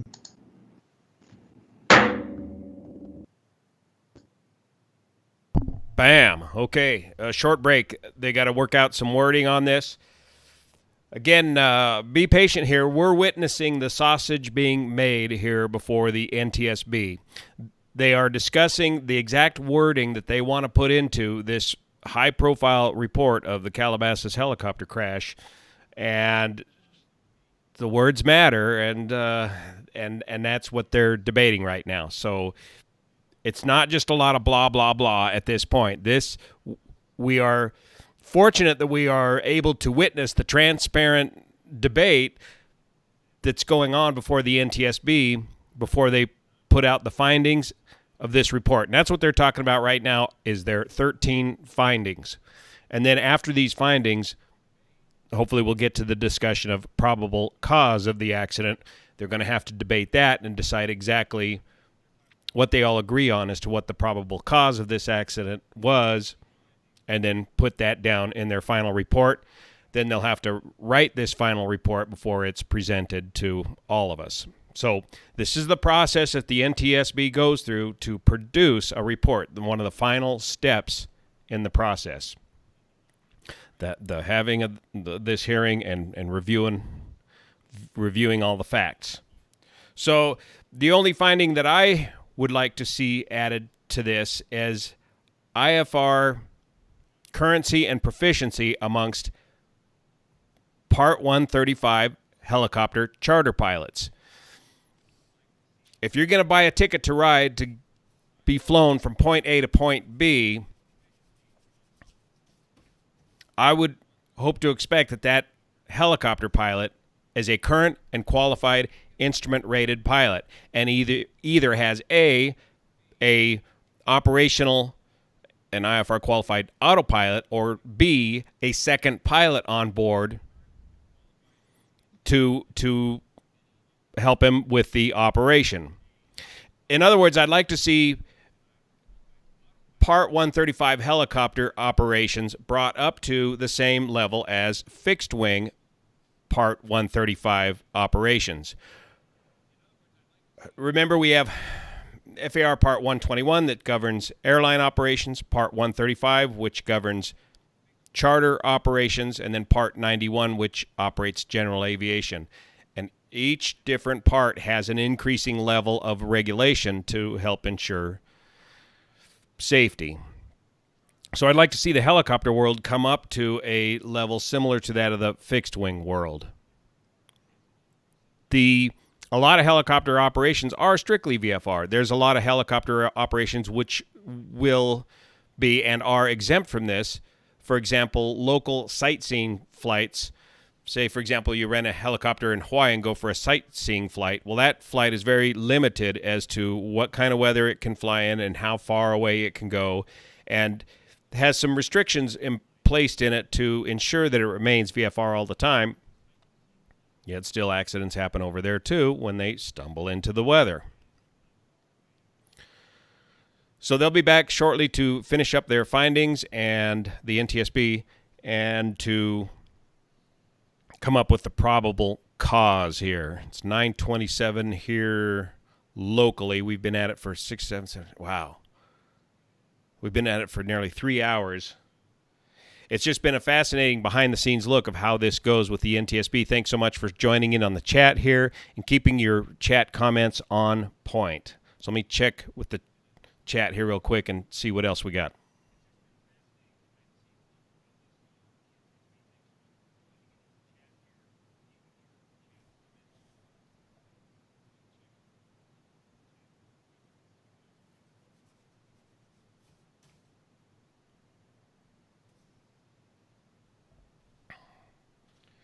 Let me check my notes here.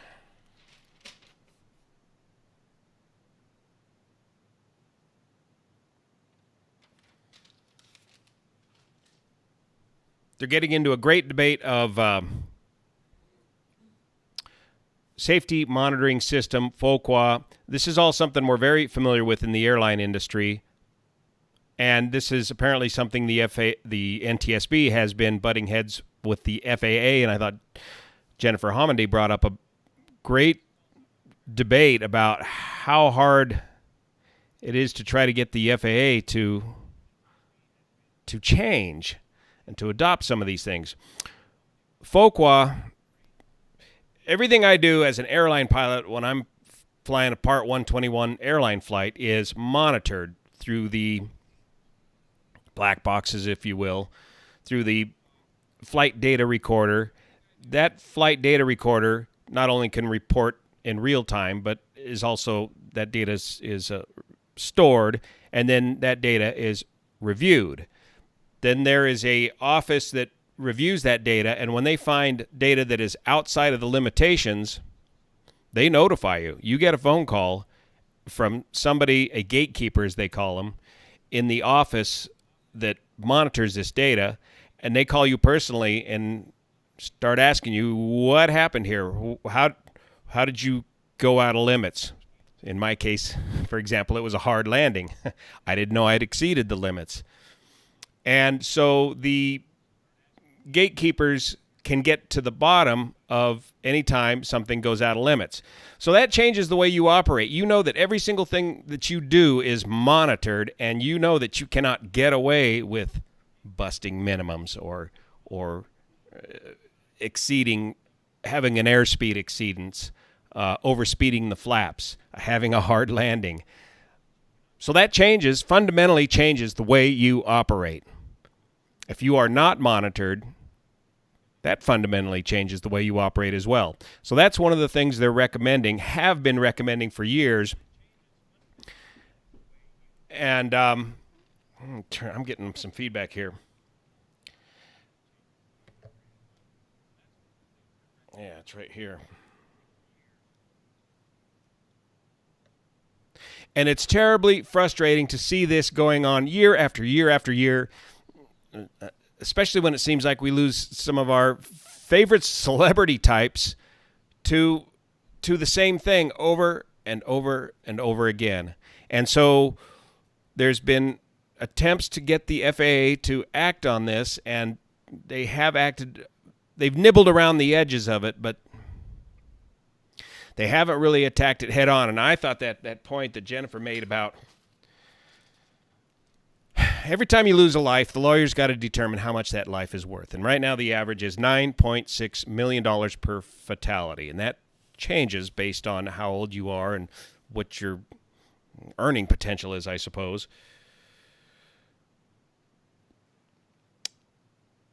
And the FAA determined that the implementation of flight monitoring and safety monitor and associated safety monitoring system would cost an estimated $20.6 billion and have $0 worth of benefit. And yet there's been some, 67 fatalities. And if you average that out at $9.6 million per fatality, is $0 really an accurate FAA cost assessment? And all this needs to be verified. I mean, but I generally agree with Jennifer Homendy's assessment on that. So this brings to light the butting of heads between the NTSB and the FAA. Once again, remember, the NTSB is advisory only, and it's up to the FAA to implement changes in aviation regulation. And then also it's up to legislatures to put the heat to the FAA to implement the changes in regulation as well. And all these findings go to Congress for their review. And it's the FAA that has the dual mandate of promoting aviation as well as regulating aviation. So it's up to the it's up to the FAA to determine the burden or the cost of the implementation of these regulations. It is not up to the NTSB to determine the burden or cost of implementing changes to regulation or aviation safety. So this is all the balance that, and for better or worse, the system that we are working with here to make these changes. And so here, as you're watching this broadcast here, it is also incumbent for the public to be aware of this and for the public to help the NTSB, or for the public to put pressure on lawmakers and the FAA to implement these changes as well. And to that end, this kind of information needs to get out there in the first place, and that's part of what we're doing here today on this live broadcast. Is I suspect this is one of the few places on YouTube where this broadcast is being shown. The NTSB is using their own program, Windrose, to broadcast the proceedings, but I think they would like to see a wider use of social media to help spread the word, so to speak, or to share with everybody exactly what it is that they do and how they do it. So thanks again for joining up in the conversation here. I think I'm going to go ahead and stick with this, cancel my next appointment, and because I really want to get to the point of what is the probable cause on behalf of the FAA. Go on for 2 more hours, potentially. Wow. So let me check the comment section here, see if there's some questions I can answer or comments.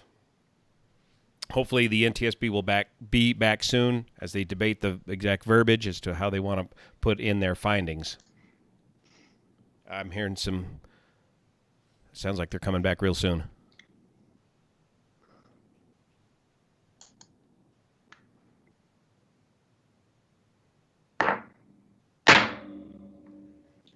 We're back in session. Ms. Schultz, have you and the staff reached a determination on the structure of this sentence? Thank you, Chairman. Yes, we have.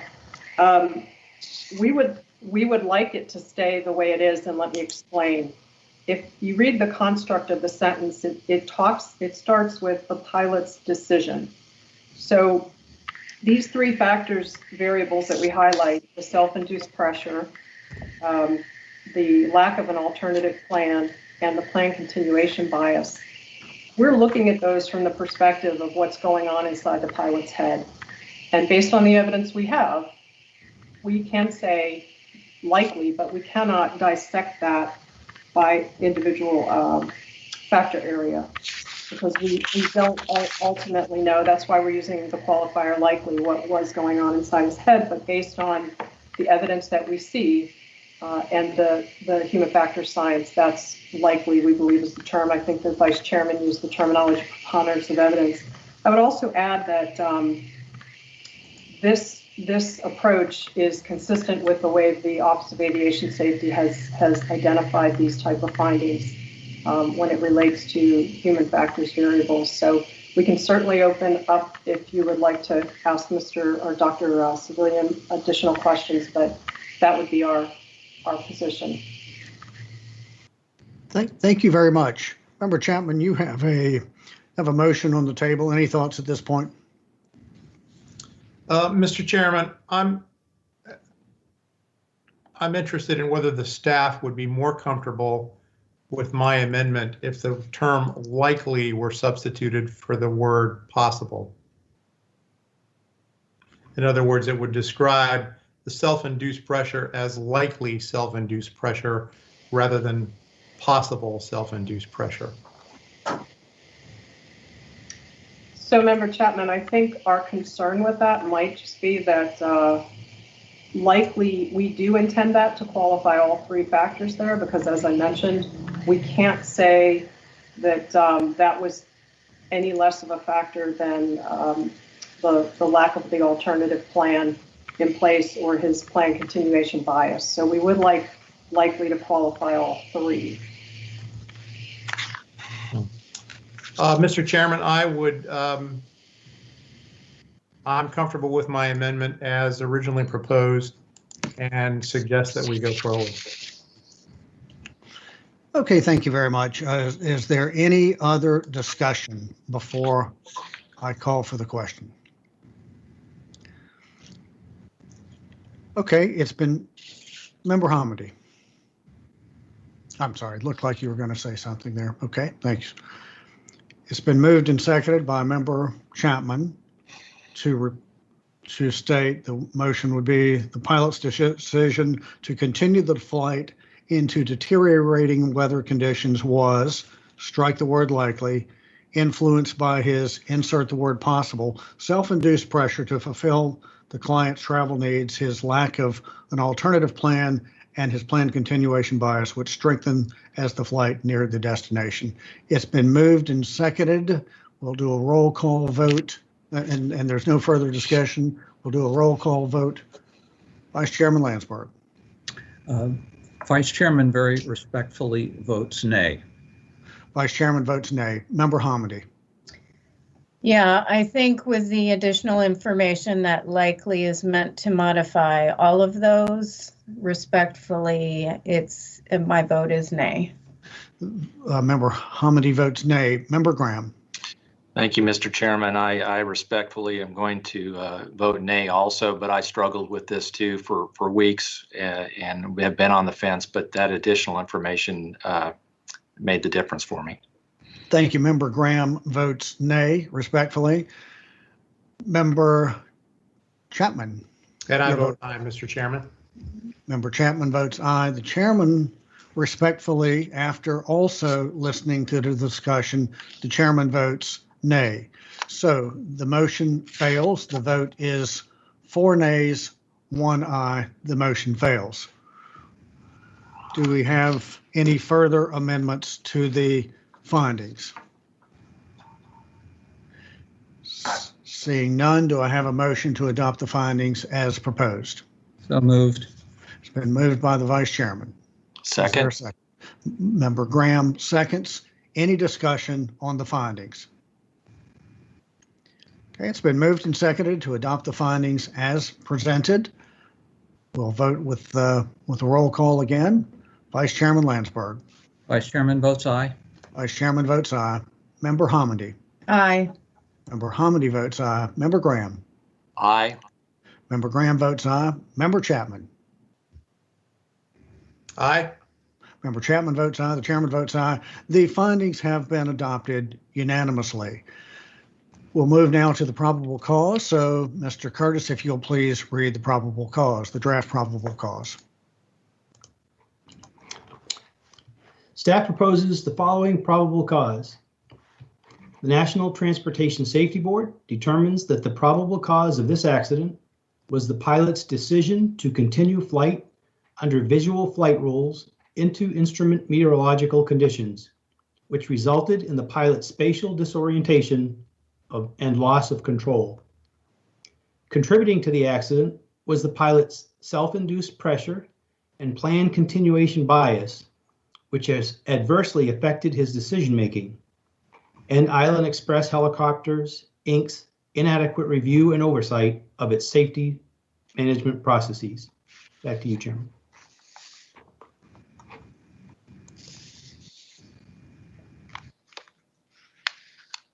Chairman, you're muted.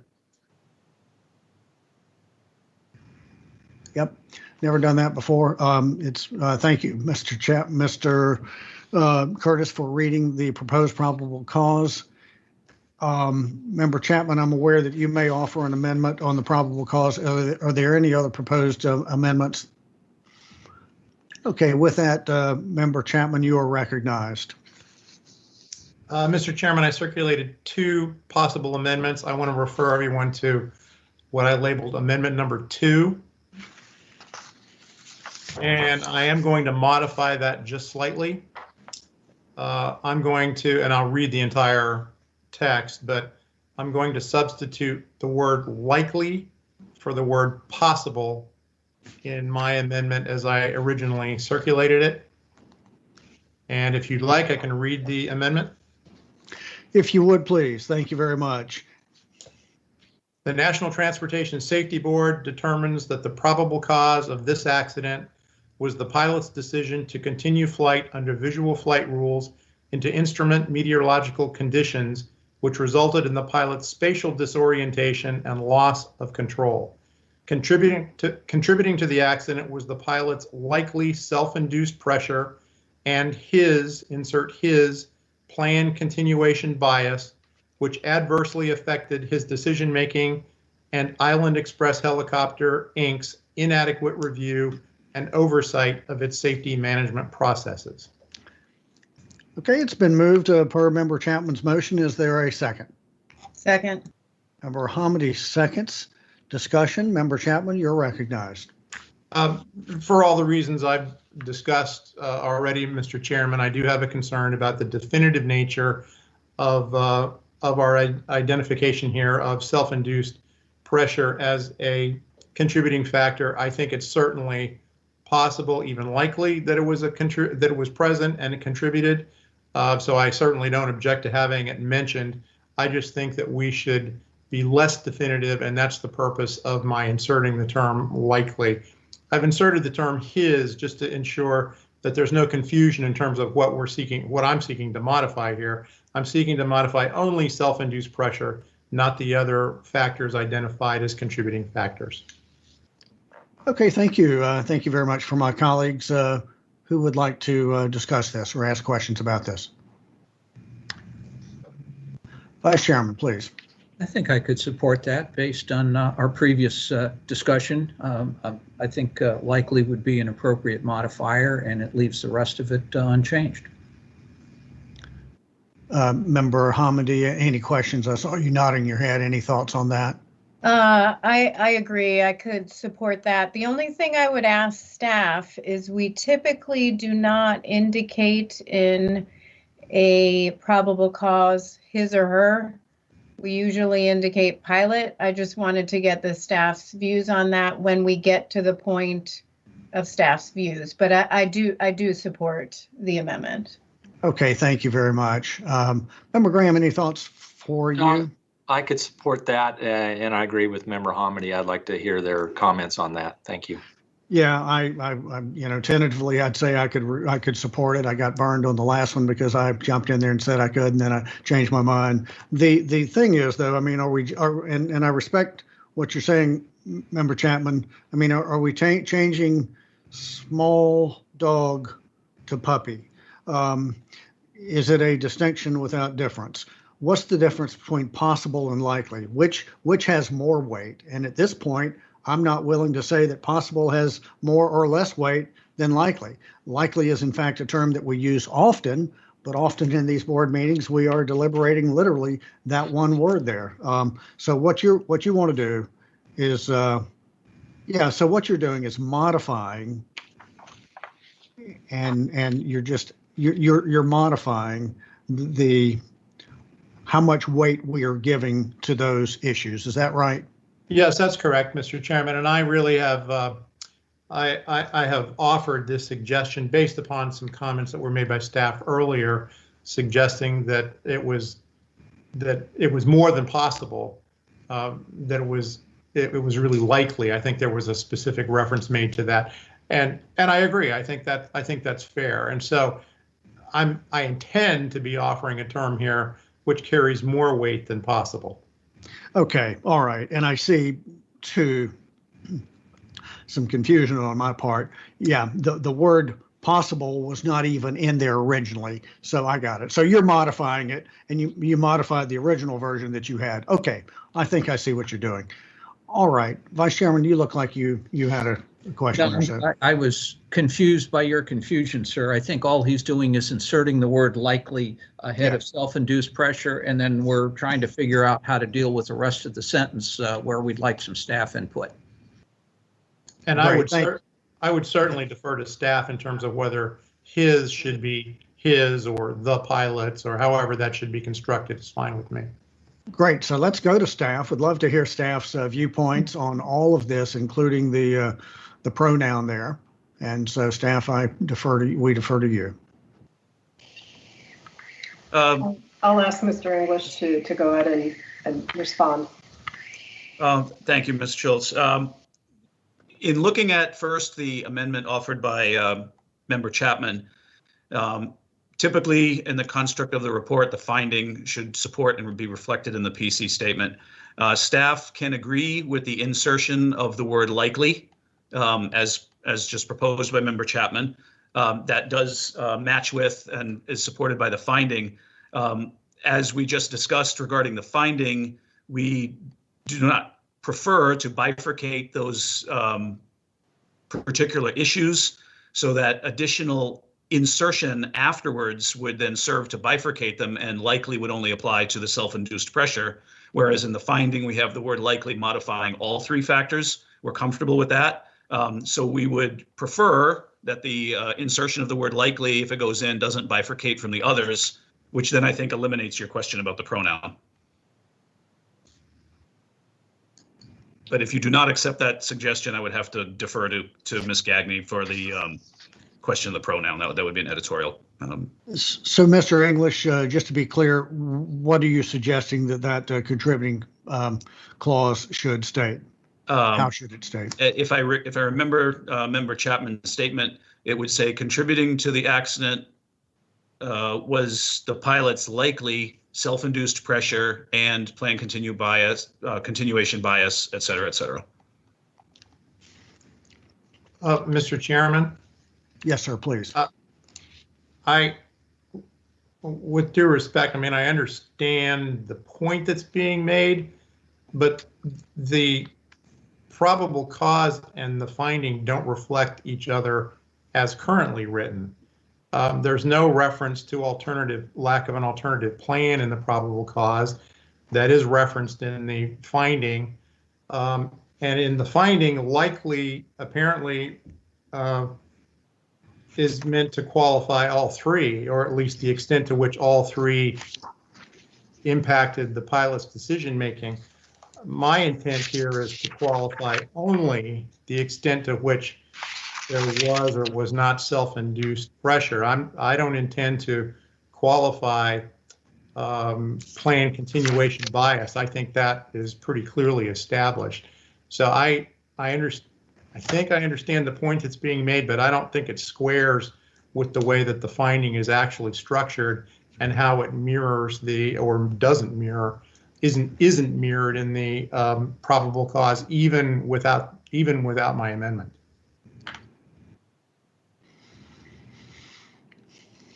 Okay. Discussion? Member Hamidi. Mr. English, can you pop up again? The revised finding, the word likely is meant to modify all three, correct? It's meant to modify, let me go back to the finding. It's meant to modify self-induced pressure, it's meant to modify planned continuation bias, and meant to modify lack of an alternative plan. So I think that staff is just trying to keep it so likely is on self-induced pressure and on planned continuation bias. Is that correct? Yes, ma'am. You said the revised finding. I think you mean the finding as proposed, since the revision did not pass. So the finding as proposed. I'm sorry. Yes. Right. Yeah. So the finding as proposed likely modifies all those phrases.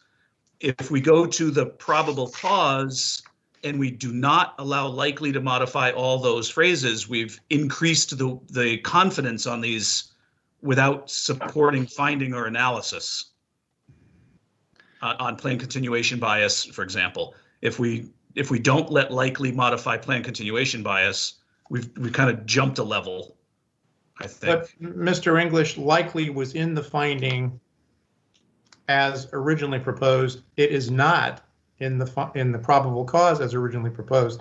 So your argument doesn't square. I think we think probable covers that, but the chairman is trying to weigh in on that, I believe.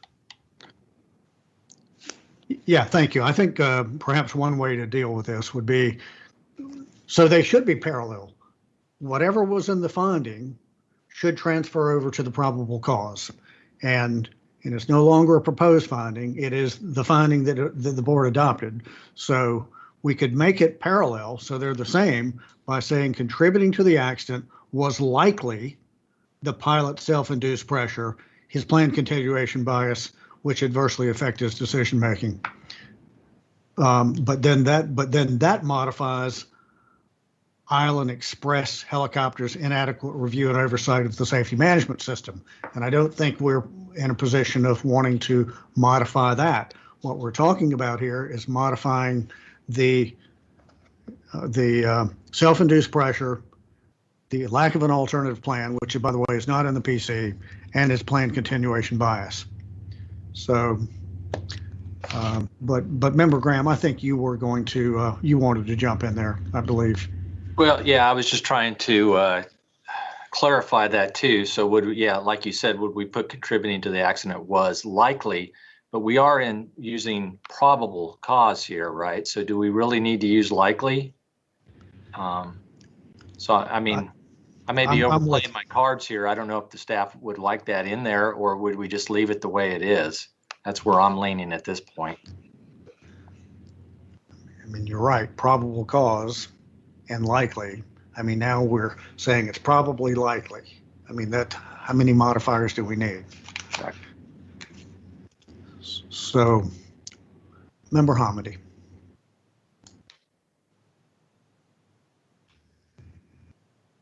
You're muted, Member Hamidi. Man, I am having a problem with that mute button today, but I would just like to remind my colleagues that we've had many discussions about the word likely and probable causes, including on the New Hampshire crash where we inserted the word likely, and everyone supported that, even in the midst of the discussion of a probable cause. So I do support the amendment, but I just thought I'd point that out. Well, it is true. We do debate literally that word likely many times. Member Chapman, did you run these possible amendments by staff? They were shared yesterday, but with the term possible, not the term likely. Yeah. And did you specifically share it with the staff and say, what are your thoughts on this? I certainly invited comment. There were no comments. Okay, thank you. So where are we? Is there about a friendly amendment? You have a friendly amendment? Please go ahead. Well, with all this, and I understand what Member Chapman's talking about and what Member Homedy brought up, which is so true. We've been back and forth with this. Since we had it in the finding, would you like that last sentence? I propose a friendly amendment of contributing to the accident was likely the pilot's self-induced pressure and planned continuation bias, which adversely affected his decision-making, comma, and Island Express Helicopter Incorporated's inadequate review and oversight of its safety management processes. Yes, I had thought, I think I may have mentioned that earlier. However, does that then end up modifying to likely Island Express's inadequate review and oversight? Does that modify that down? I'd have to ask the grammatical expert at that, that's for sure. You could put a period after decision making and make that a separate sentence with the appropriate qualifier. That is true. You could put a period there and say also contributing to the accident was Island Express Helicopter's inadequate review. We could do that, and then by doing that, by saying contributing to the accident was likely the pilot's self-induced pressure and planned continuation bias, which adversely affected his decision-making, period. Also contributing to the accident was Island Express Helicopter Inc.'s inadequate review and oversight of its safety management processes, I should say. So that would be for you, Member Chapman, to determine whether or not you'd like to proceed in that direction. I'm open to that, Mr. Chairman. I'd be interested in the staff's input. My name may be English, but I will defer to Ms. Gagne for the editorial English. Hi, yeah. So based on the discussion we had about finding 7, about how strongly staff believes in these factors, I think moving likely as far as the new friendly amendment contributing to the accident was likely the pilots, I think is introducing a level of uncertainty that staff did not intend, that's modifying the decision making. I think staff has made the case on how they think these factors influence the decision making. So grammatically, I don't think I would support moving the likely on the friendly amendment. I think we should go back to discussing the original proposal and whether or not that will work.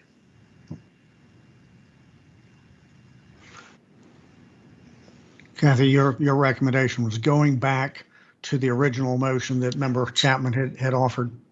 Correct. Where he had offered contributing to the accident was the pilot's likely self-induced pressure and his planned continuation and bias. I think the other friendly amendment strayed us even further from the meaning we were intending. So I think maybe let's go back to Chapman's proposal.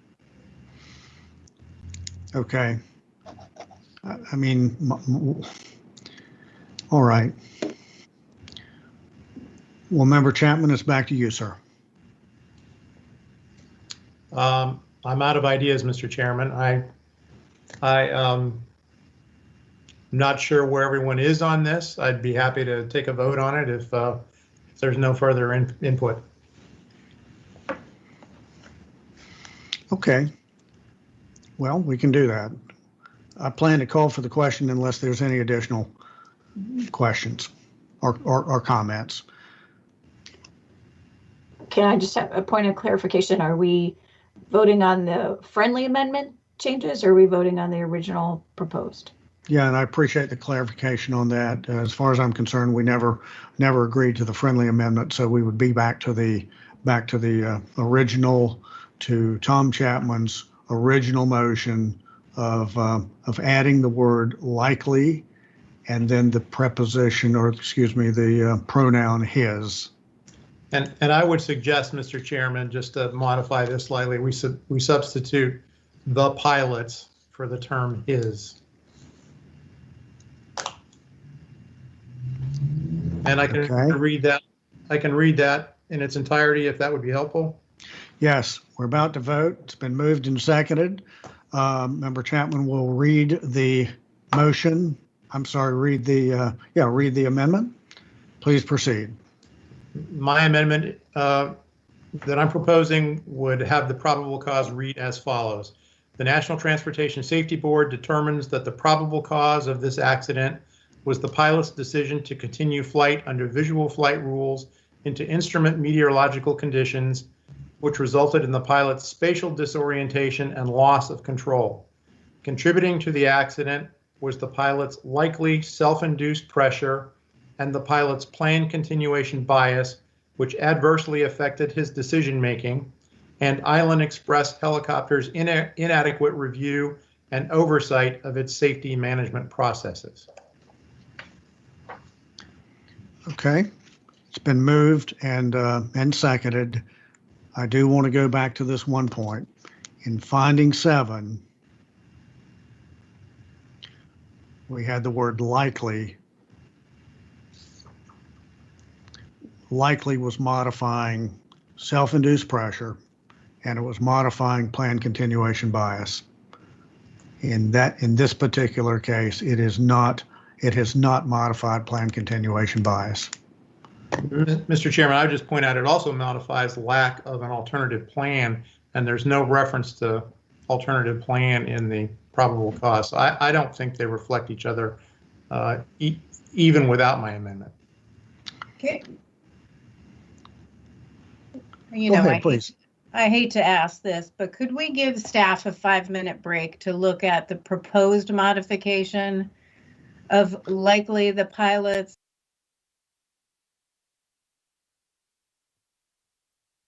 Okay, I finally figured it out. Let me get back on here.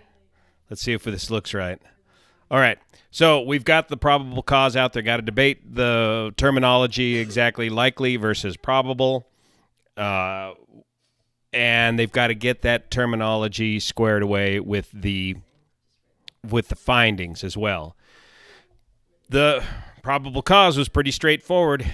Inadvertent VFR flight into IMC conditions, followed by spatial disorientation and loss of control of the helicopter, in conjunction with lack of oversight by the operator regarding safety monitoring systems. So we'll get the exact verbiage of that when they hash it out here. And I'll do a wrap-up video, summarize today. Well, I don't want to summarize the briefing. We'll just summarize the accident and the probable cause of this accident. I agree with the NTSB findings that this was a case of spatial disorientation and loss of control of the aircraft. I would have, again, liked to have seen added to the findings something about IFR requirements, proficiency for FAR Part 135 charter helicopter operations. So these accidents just keep happening over and over again.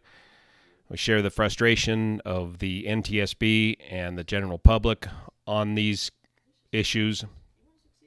I want to thank you so much for participating and watching today here on the Blancolirio channel. Help the NTSB get the idea of moving some of their platforms into a wider social media presence to get their message out there to the public. Thanks again so much for your support of this channel here on YouTube and especially over on Patreon that makes this content possible. I'll wrap this up and then make it available for viewing on the channel.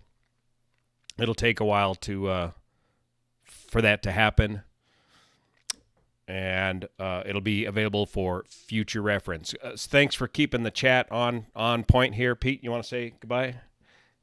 Jump up here, Pete. You got to get ready for school, too. Say goodbye, Pete. Goodbye.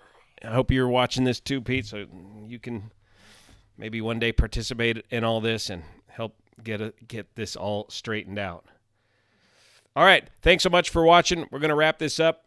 I got to get going my busy day, too. We'll see you here. Pete, where's the off button? Here we go. Stop streaming. Stop screaming. Stop streaming.